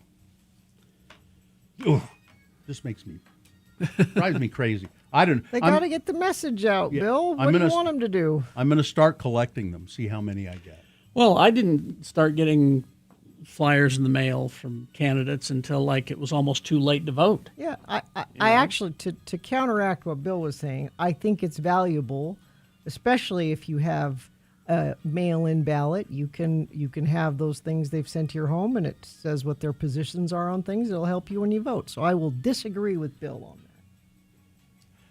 Go ahead, Jeannie. You're wrong. I don't think so. It's annoying. Oh, I wonder what this person's position is on this. Oh, that's right. I got something in the mail that tells me that. Who's on the phone? John. Is this Ben McAdams? Tell him. Hi, John. How are you? Hello? John, hello. Hello. Hi, what are you doing? You're apparently you're calling us from the bottom of a well. I am. It's just on my earbuds. Oh, I see. Even though Katie told you not to use Yeah, those. we can't hear you very well with that. Didn't Katie say don't use them? It's confusing because I'm watching you over the YouTube, but it's frozen, but I can still hear you talking to me. So it's kind of... Okay. Well, yeah. yeah. Is that better? Yes, much better. Let's yeah. do that. Yeah. Let's just talk on the phone. Are you off the buds now? Yes, I am. Okay. There we go. Now, see, now this is That's much better. Much better. And you can probably understand what we're saying. But don't try to watch the YouTube while we're talking to you. Yeah. Because it won't match up and No. it'll be weird. So Yeah, it was weird. I was like, Yeah. what is going on? But all right, we're good. we're all good. Let's okay, go. good. Now, what are we doing? Boner recap. Oh, are you ready to do that? Yes. Okay, John. If you tell me the winner, you'll get, what is the prize? You will experience the classical masterpiece Beethoven Symphony No. 9 performed live by the Utah Symphony as part of the Deer Valley Music Festival July 17th and 18th at Snow Park Outdoor Amphitheater. All right. Did you hear the boner candidates earlier? I did. All right. I did, So yeah. this will be easy for you. And then you get to go highbrow entertainment with the Beethoven. All right, boner candidate number 1 was welcome to Ottawa's Pubic Square. A spelling mistake on a French language poster promoting a City of Ottawa initiative caused them to mistakenly announce the formation of pubic squares. Cubic, yeah. Yeah, they meant public, but they left the L out in the French. In French, it's publique and public or pubique, and so that's what they did. Boner candidate number 2, Kash Patel, has one goal as director of the FBI, and that's to make himself look good. The minute there's he goes on social media and he spills the beans about what investigation is going on, and anybody with any intelligence says no, you don't do that. You're tipping your hand. You can't do it. But Kash Patel, he doesn't care. And boner candidate number 3. Vanilla Ice says he doesn't like all the artificial things. He doesn't believe in living an artificial life. And he said this to the Atlantic Reporter while sitting on a Rococo couch next to a gold-painted cheetah statue made by Versace. And he said, I don't believe in artificiality. Everything's artificial. I don't live an artificial life. No, you're just stupid. Yeah. All right, John. I wrote Johnny. Is it actually Johnny? It's just John. It is not Johnny. Okay. I don't know why I wrote Johnny. John, JC, they call me sometimes. Okay, JC. Who was the winner of those 3 boner candidates?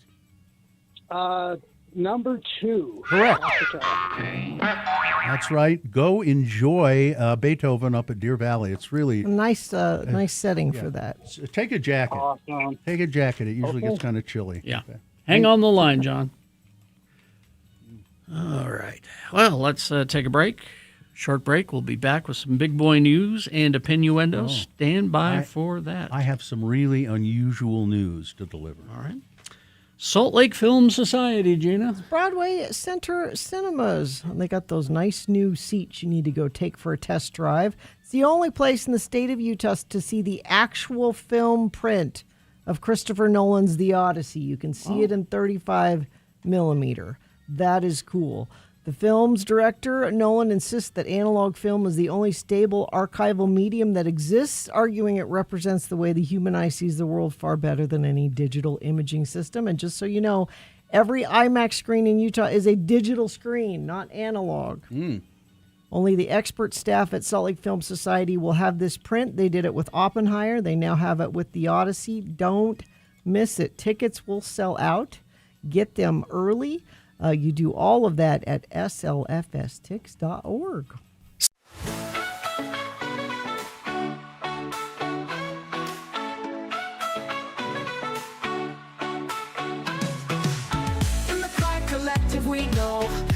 have a good time, come show.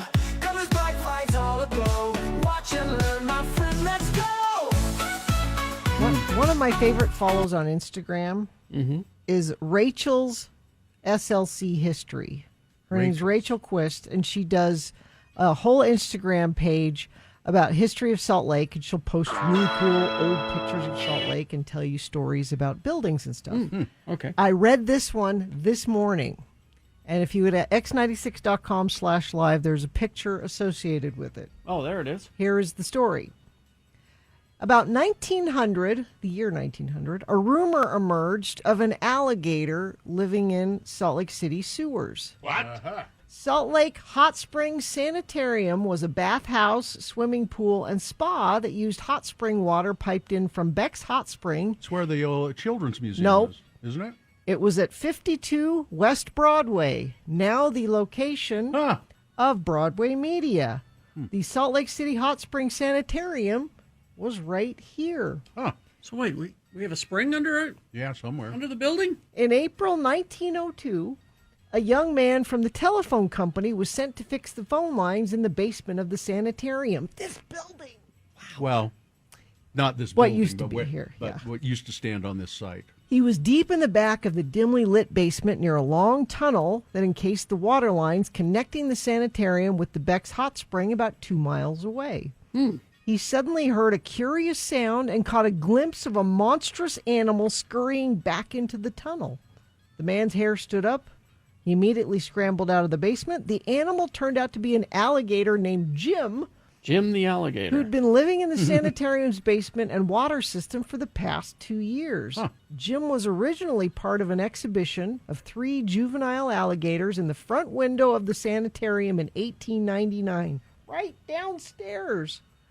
Once the alligators became too large and no longer cute, they were disposed of. One was killed.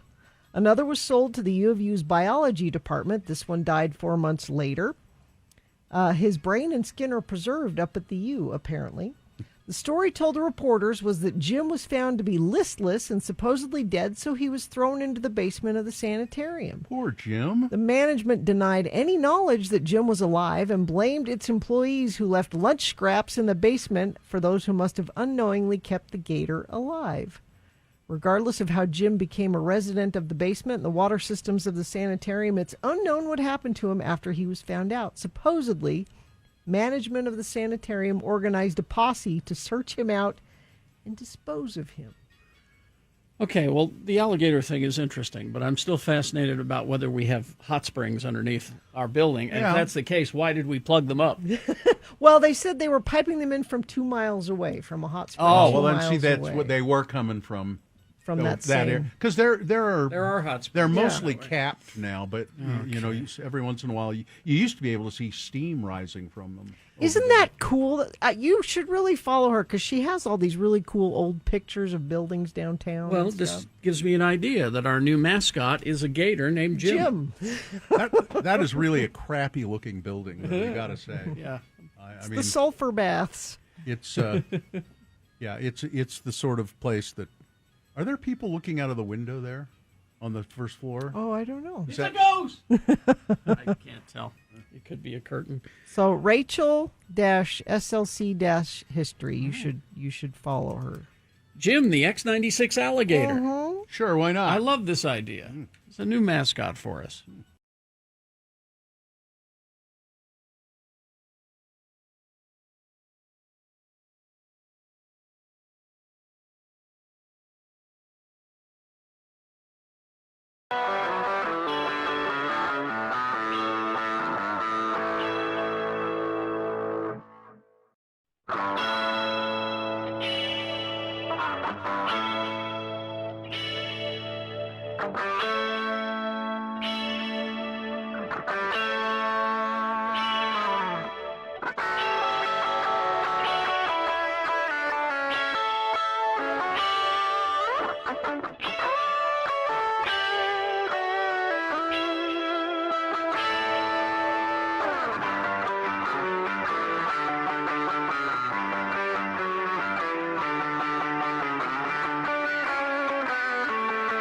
All right. 9:21. and it is time for some big boy news and opinioendo. Brought to you by Ogden Epic Music Fest, Saturday, July 18th. 14 local and regional bands will play from 2 to 9 p.m. inside the Newgate Mall. What? It's free to attend thanks to the Newgate Mall and 50 local vendors making the mall fun again. OgdenEpic.com. And never, ever, never, ever forget. The views expressed on X96's Radio from Hell show do not necessarily reflect the opinions of Broadway Media, its management, owners, or advertisers. This program is intended for mature audiences. Parental discretion is advised. A JetBlue pilot said that a drone hit his plane as it approached Kennedy International Airport Monday morning, less than 3 days after a United Airlines flight crew encountered a drone on arrival at Newark Liberty International Airport. The JetBlue flight, a midnight red-eye from Las Vegas, was several miles away from landing at Kennedy about 7:15 in the morning when it struck a drone, the FAA said. Nobody injured, and JetBlue said it didn't find any damage to the plane. The agency said that it received more than 100 reports of drone sightings near airports every month. Flying drones near planes, helicopters, and airports is dangerous and illegal. Illegal. The manager of a Domino's pizzeria in Virginia has earned the title of the world's fastest pizza maker when he assembled 3 large pies in 31.22 seconds. Oh, there's the video, x96.com/live. Manassas resident Richard Delsid claimed the top spot at the Domino's World Fastest Pizza Making Contest. And that's not sped up either. He's doing that. That's amazing. He earned $5,000 in prize money and a trophy and a championship belt. The finalists at the May 13th competition were required to make 3 large pizzas, 1 pepperoni, 1 mushroom, and 1 cheese.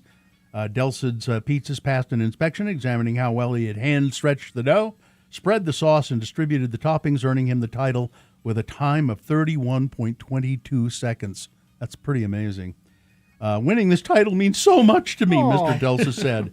This competition isn't just about speed. It's about delivering quality under pressure, just like we do in the stores every day. Years of hard work and practice went into this moment, and I am incredibly proud of what I've accomplished.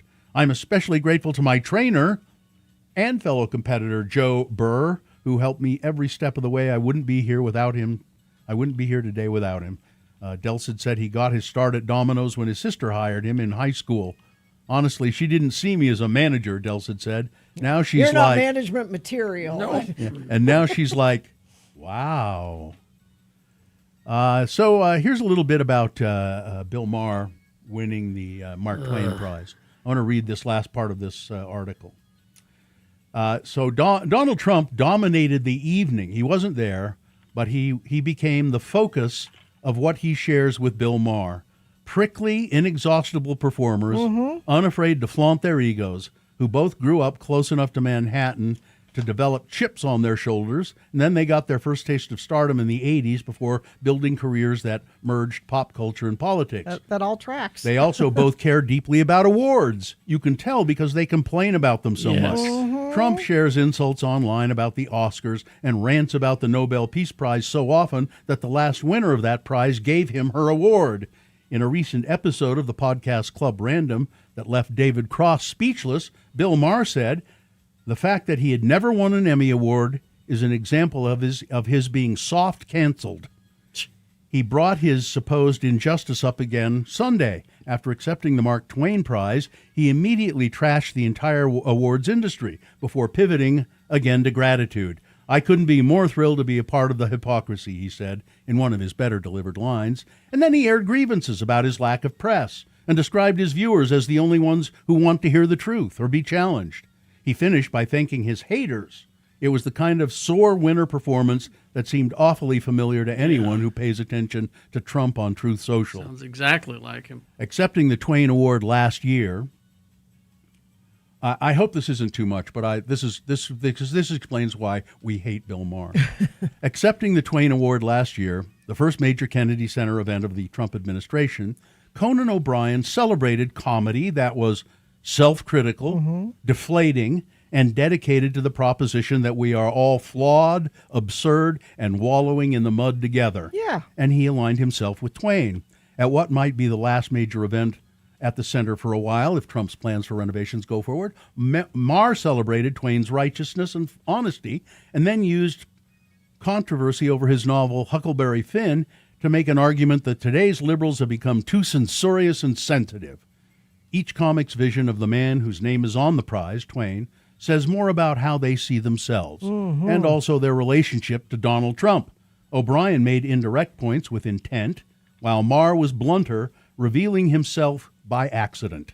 If you want to know what I actually live for, he said, drawing a line between us and them as opposed to finding a way to wallow together, it's to be a hero to my audience. Gross. What a turd. Yeah. NASA is about to attempt something pretty bizarre.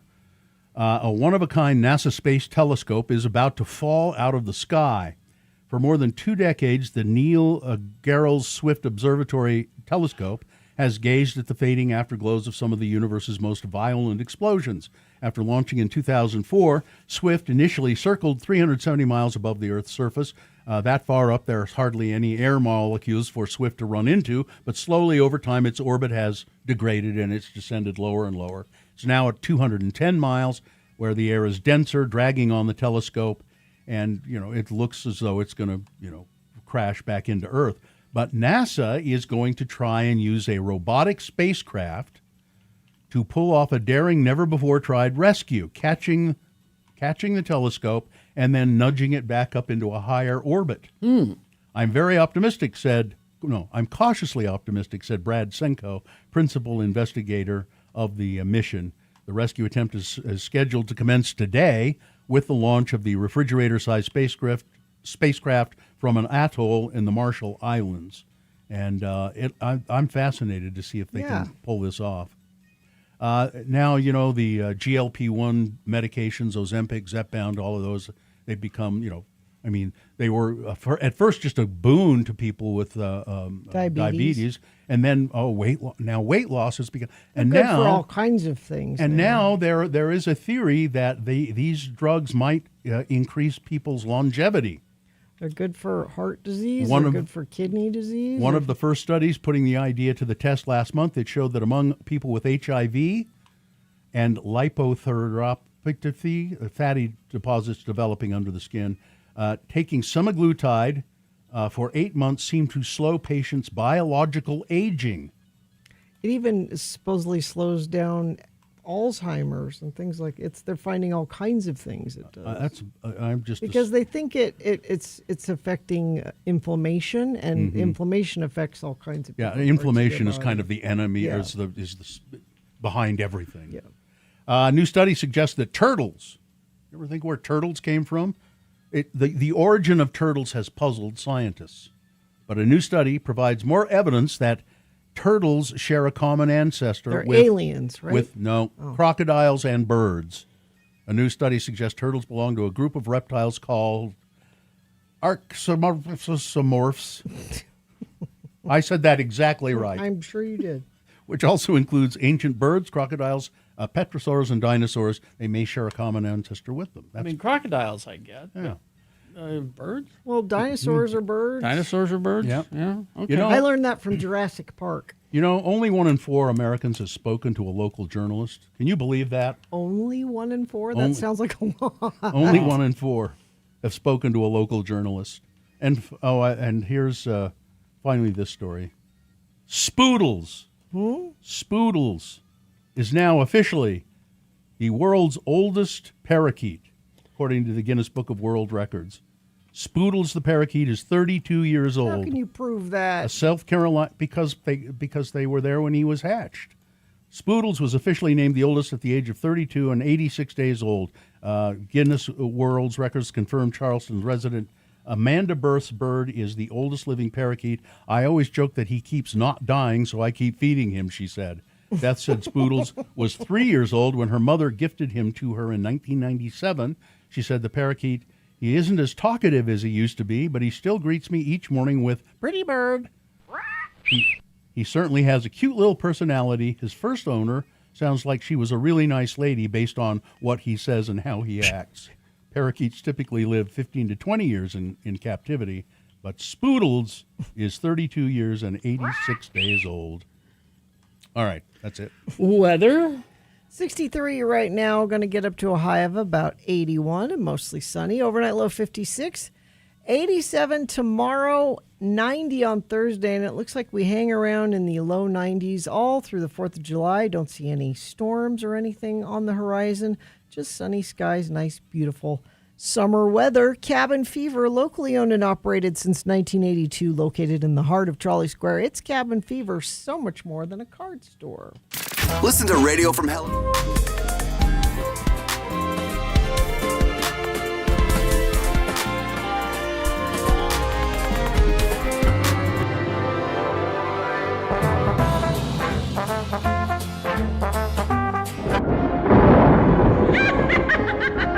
Hello, kiddies. It's me, your old friend, the bookkeeper. I'm here to help you with your taxes. Today, we're going to hear a tale from the old ledger which should simplify on how to fill out those pesky forms. Pay close attention now, so you won't have to pay even more later.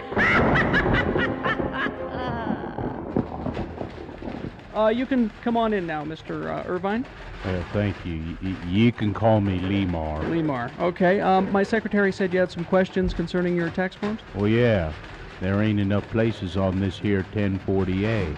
I was wondering if there was a special form or maybe a separate schedule I should fill out. Enough places for what? My wives. Oh, you should only list your current wife on your tax forms. Your ex-wife will have to file separately. Ex-wife? I ain't never been divorced. So you have more than one wife. That's what I'm trying to tell you. There ain't no place on this here farm to list all my wives. Not to mention the fact they don't leave you enough places to list your children either. How many wives do you have? 6. But the 2 youngest haven't turned 18 yet, so I figure I'll list them as dependents. Oh my. You're going to just have to list your first wife on your 1040, and then we'll file separate forms with the other ones, listing them as single head of household. Well, now wait one darn minute there, Sonny. No woman of mine is going to claim to be the head of my household. I won't stand for it. Now, it's only a classification. They won't really be heads of households. I mean, think of it. 5 women with no income and children to claim. You should get quite the refund, Lemar. Lemar. That would be dishonest. I'm a God-fearing man. I couldn't cheat the government like that. You do know that polygamy is against the law, don't you? Yeah. Big refund, you say? Very big. Where do I sign? You see, kiddies, everyone can get a refund just so you know which deductions to take. And if you're willing to sit through a very long audit. As for Lemar, prison might be a vacation when you compare it to having 6 wives reminding you to wipe your feet and take out the trash. Well, this is your old friend, the bookkeeper, reminding you that on midnight on April 15th, that is the cutoff. Elena up here and get her theme music going and get a wellness check. I need some wellness checked. I think I'm a quart low. Elena, are you there? Hello, I am here. Hi. You're a quart low of your wellness? Yes, my wellness is down a quart. You're a little low on wellness. Okay, Yes. let's see if we can fill that back up. All right. Okay? All right. What do we got here today?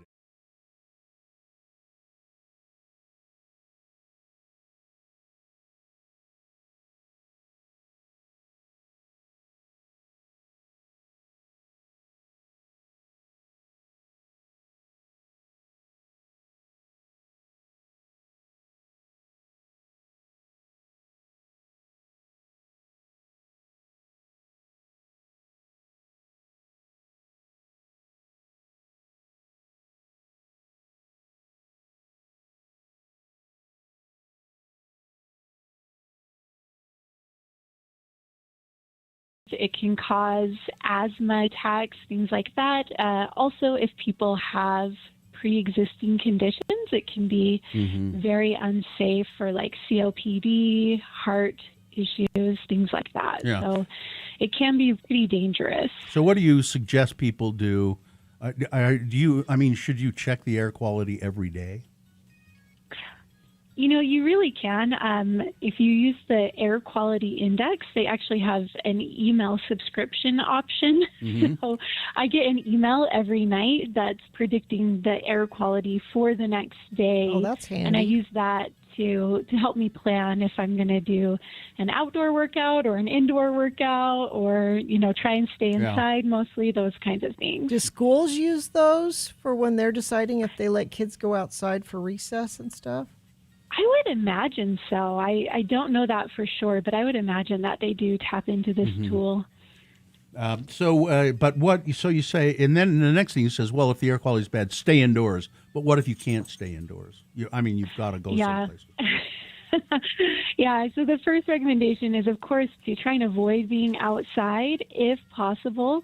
And then if you do have to go outside for your job, for running errands, whatever it might be, do your best to wear a protective mask. So something like an N95 is the best recommendation, but surgical masks do provide some protection as well. Mm-hmm. And then the cloth masks, they help a little bit, but your best option is going to be going with the N95 mask. I think I'm going to go with a full scuba setup.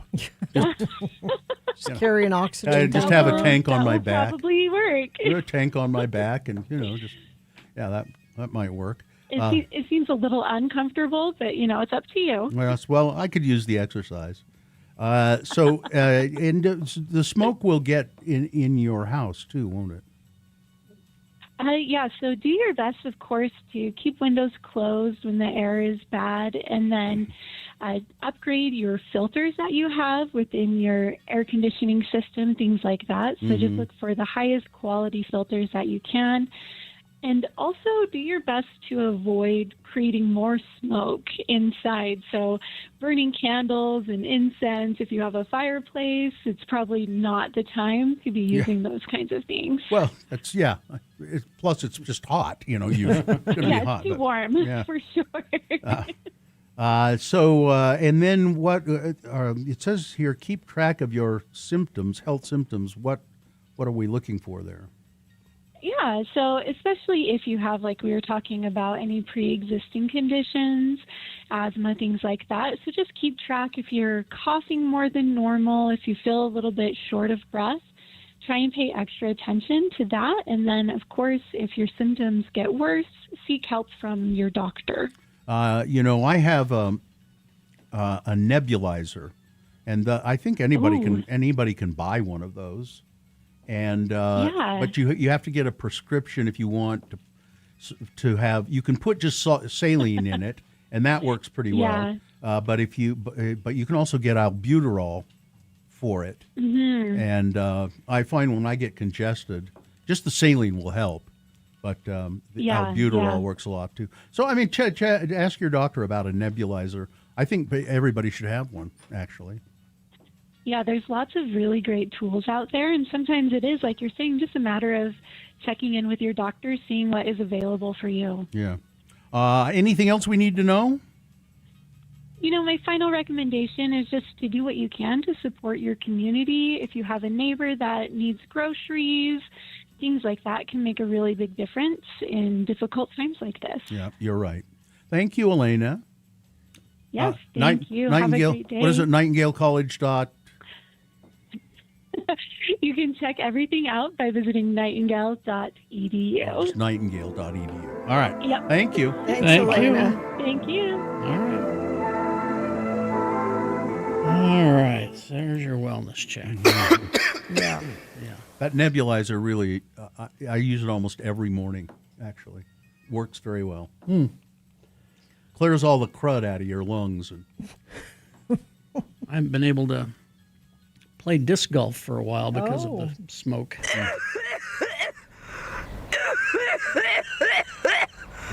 Yeah, that's bad, Carrie. That's really bad. Yeah.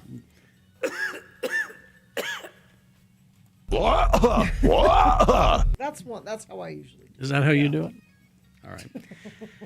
We will take a break. And we'll be right back after some messages and a song to crawl towards the exits. Stand by for that. Salt Lake Acting Company. The Salt Lake Acting Company. It's their summer show. It's the what is it called? The Gaslight Zone. Gaslight Zone. Yeah, it's a great parody, musical satire written about the peculiarities of Utah life. And we had them on the show last week, and they said this is one of the funniest ones they've had in several years. There are this is this year's parody of riffs on. They've been doing this thing for like over 40 years, I think. This one riffs on. It's inspired by the Twilight Zone, and it'll riff on the peculiar and conservative things that happen here. It's there are neighbors up on Vermilion Drive in Utah County. We'll check on Spencer Cox and see what he's doing too. It's great fun to go to this, and you can take food and drink with you and watch the show and have some wine and cheese or a whole picnic. Get a bucket of chicken if you want. That's fine. So it's Salt Lake Acting Company. Use the code X96 when you go to get tickets, and you'll get a discount. Let's see. It's saltlakeactingcompany.org. saltlakeactingcompany.org. Yeah.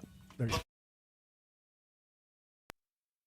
Have you guys heard this story, this Brad Pitt scam story? I did see that yesterday, yeah. I don't have it in my file anymore. But I don't know how this happens.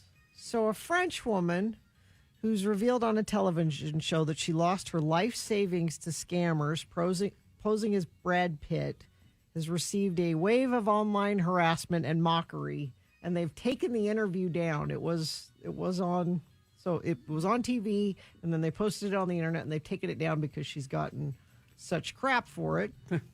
This woman believes she was in a romantic relationship with Brad Pitt, leading her to divorce her husband and transfer $850,000. Now, how did this happen? AI.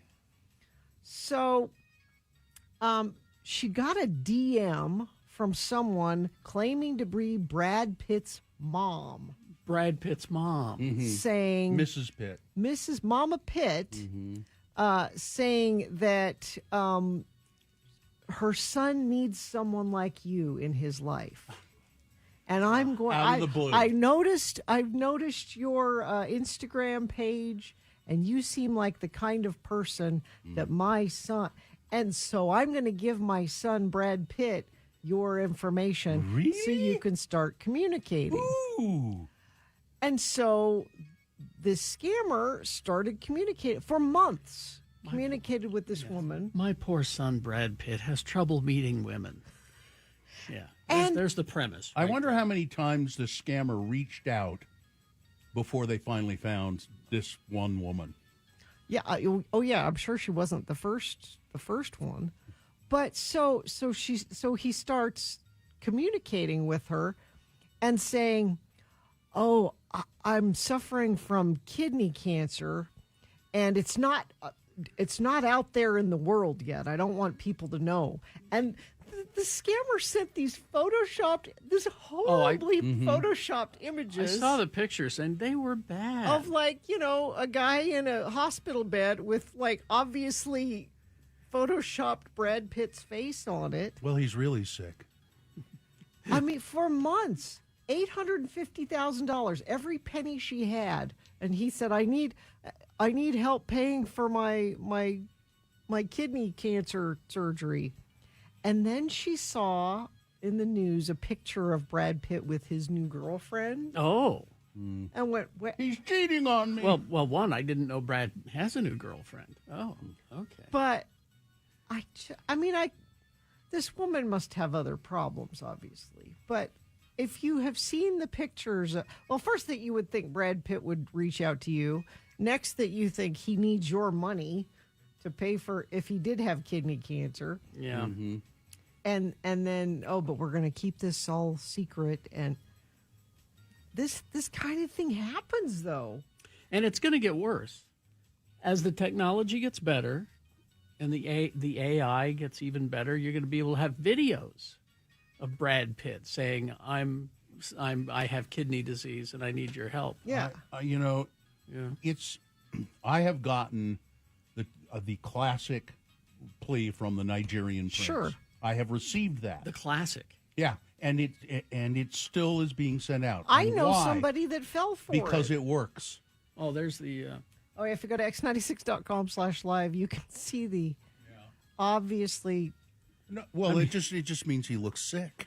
I mean, this one down in the lower right-hand corner is my favorite one. Or he's like in surgery. He's just like he's in surgery, but it's just like. Oh man. And I think it's awful that people gave her crap, all kinds of crap. Yeah, I mean, we're sort of giving her crap. No, too, but no, I think it's not. It's incomprehensible to me that she would fall for it, but she did. But and she lost all of her money, and that's really sad. But I would even say, because people say, well, sometimes lonely people fall for this. She was married and divorced her husband. Well, you can be married and lonely. Well, that's. I mean, really. I guess that's true. But she divorced. You know that. She divorced her husband for Brad Pitt. Yeah. Yeah. Wow. She Don't give anybody money. Wow. Well, yeah, don't give anybody money. Really. I mean, just be careful. I mean, you can usually tell almost always when you get these email solicitations, there's something misspelled or grammar is off. But see, even AI is going to make that less likely to happen. If AI is creating it, it's not going to misspell things. It's going to be tough. I mean, I got yesterday a text from a number that I don't know that said simply, "Hey, are you at work now?" No, don't answer it. I did not reply. If you engage in it, that's now that could be just simply somebody a wrong number, but why answer? Exactly. Yeah. It may not be a scam. It just be maybe somebody misdialed or Oh, now see, Katie weighs in and says, what you need to do is create special family words or phrases to secure. Well, great, Bill. Now you said Oh. it. Now, Crap, I'm going to have to change it. I think... Here's a texter. This happens with Jared Leto's account, too, because I follow him. I always get random IG messages from his mom. Oh, same thing. And his assistants. Really? Totally fake. I just delete them. So many scams. People need to be smart. Oh, I wonder if this woman had a sort of a fascination with Brad Pitt to begin with. Oh, I'm sure. I'll bet that's what it is. I'm sure. That's how they kind of found her. There's another texter. People fall for this because this is the essence of a Hallmark movie. Yeah. Well, it's easy. I mean, I've seen things that I thought were legit, and it was pointed out to me. No, look at this. I go, oh yeah, you're right. Here's a text. Swordfish bill. I need money. Swordfish. In jail in Nigeria. Swordfish. Oh no, it's a family member. Hurry. In jail in Nigeria. It has to be. How else will they know swordfish? Yeah. How did you get to Nigeria? Good Man. heavens. All right.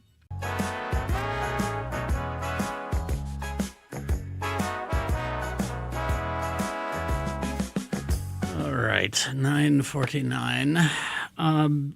Since we weren't here yesterday, Bill Frost usually tells us what's on TV that week. And he sent me this. So I can give you a quick rundown of what's good. on TV this Thank week. you. Okay. All right. Today, Bang My Box, the Robin Bird story. What? Yeah. It's a documentary on HBO Max.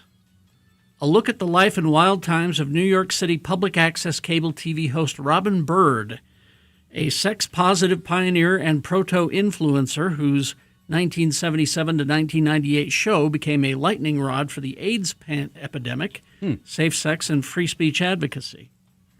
He welcomed exotic dancers and adult film stars to a low-budget TV party, produced over 600 episodes, and now he's telling all. Okay, and what's that on? That's on your HBO. Okay. Oh. There's a prequel series to Legally Blonde. Elle. That's Reese Witherspoon's That's character's the character's name. Lexi Mindtree is who's playing her. She's very good. A teenage Elle Woods navigates 90s high school in this prequel series to Reese Witherspoon's Legally Blonde. If you're asking, wouldn't that just be the movie Election? You're probably thinking too hard about this. Oh, Election. Yeah, you remember that with Matthew Broderick. Oh, yeah. That was a good movie. Yes, it was. Excellent. Season 3 of Enola Holmes is premiering. Millie Bobby Brown travels to Malta to get married, but the nuptials go awry when her brother Sherlock, Henry Cavill, I was going to say Henry Cavill. Superman. he's kidnapped.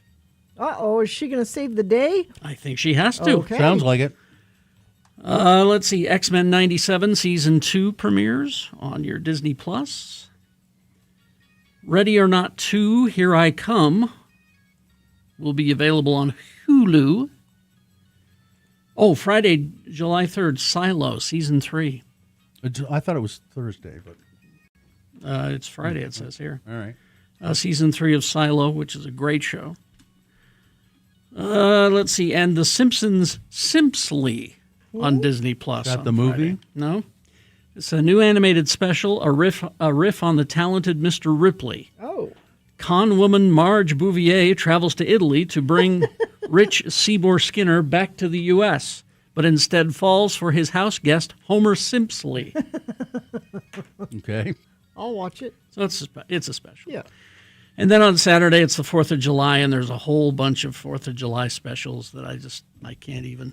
You can't, nothing? I can't even. There's got to be muster up one enough. thing. There's got to be one thing in there that.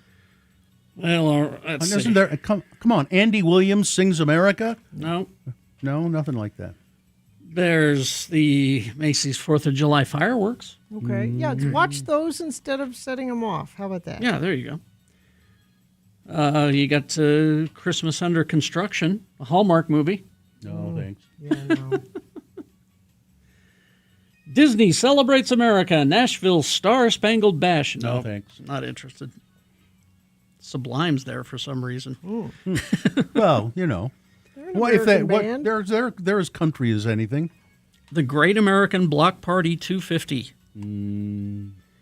Holiday special from the compromised corporate media behemoth that brought you the UFC fight in the White House. Hosted by the nation's least trusted newsman, Tony Dokupo. Oh, yeah, he's horrible. But you do have John Batiste there. He's always good. The Zac Brown Band, the Goo Goo Dolls. What are they doing there? I don't. And CBS News chief Barry Weiss reportedly this close to booking Sublime, it says here. But oh, that's the joke. That's what that's the joke. Yeah. See? Got taken away. Did you? So I've watched all of The Bear. Mm-hmm. I haven't yet. And Sue's been out of town, so but I didn't know there was a standalone prequel sort of. Oh yeah. Called Gary. Mm-hmm. And it's just what's his name and what's his name? John Bernthal and Avon Mossbach. The Thing and the Punisher. It's just the two of them. Yeah. And is it a movie or just a long? It's just a one-off. It's like a 1 hour episode. I had no idea that was out and about. So I'll have to look for that. I mean, it's right there on your Hulu. I'll look. All right. Well, let's do the promo and crawl toward the exits. Radio from Hell is here to make everything all better. Oh, are we going to kiss the boo-boos? That and things that must go. Email us what's wrong to radiofromhell@x96.com. And we'll make it right, starting at about 7:45. Radio from Hell, Righting Wrongs, Wednesday morning here on X96. I'm out. Is that good enough? Yeah. All right. Fine job as always, Katie. Live long and prosper, bitches. Don't you know who I am? Get a divorce. Come on. Everybody's doing it. Nick is next.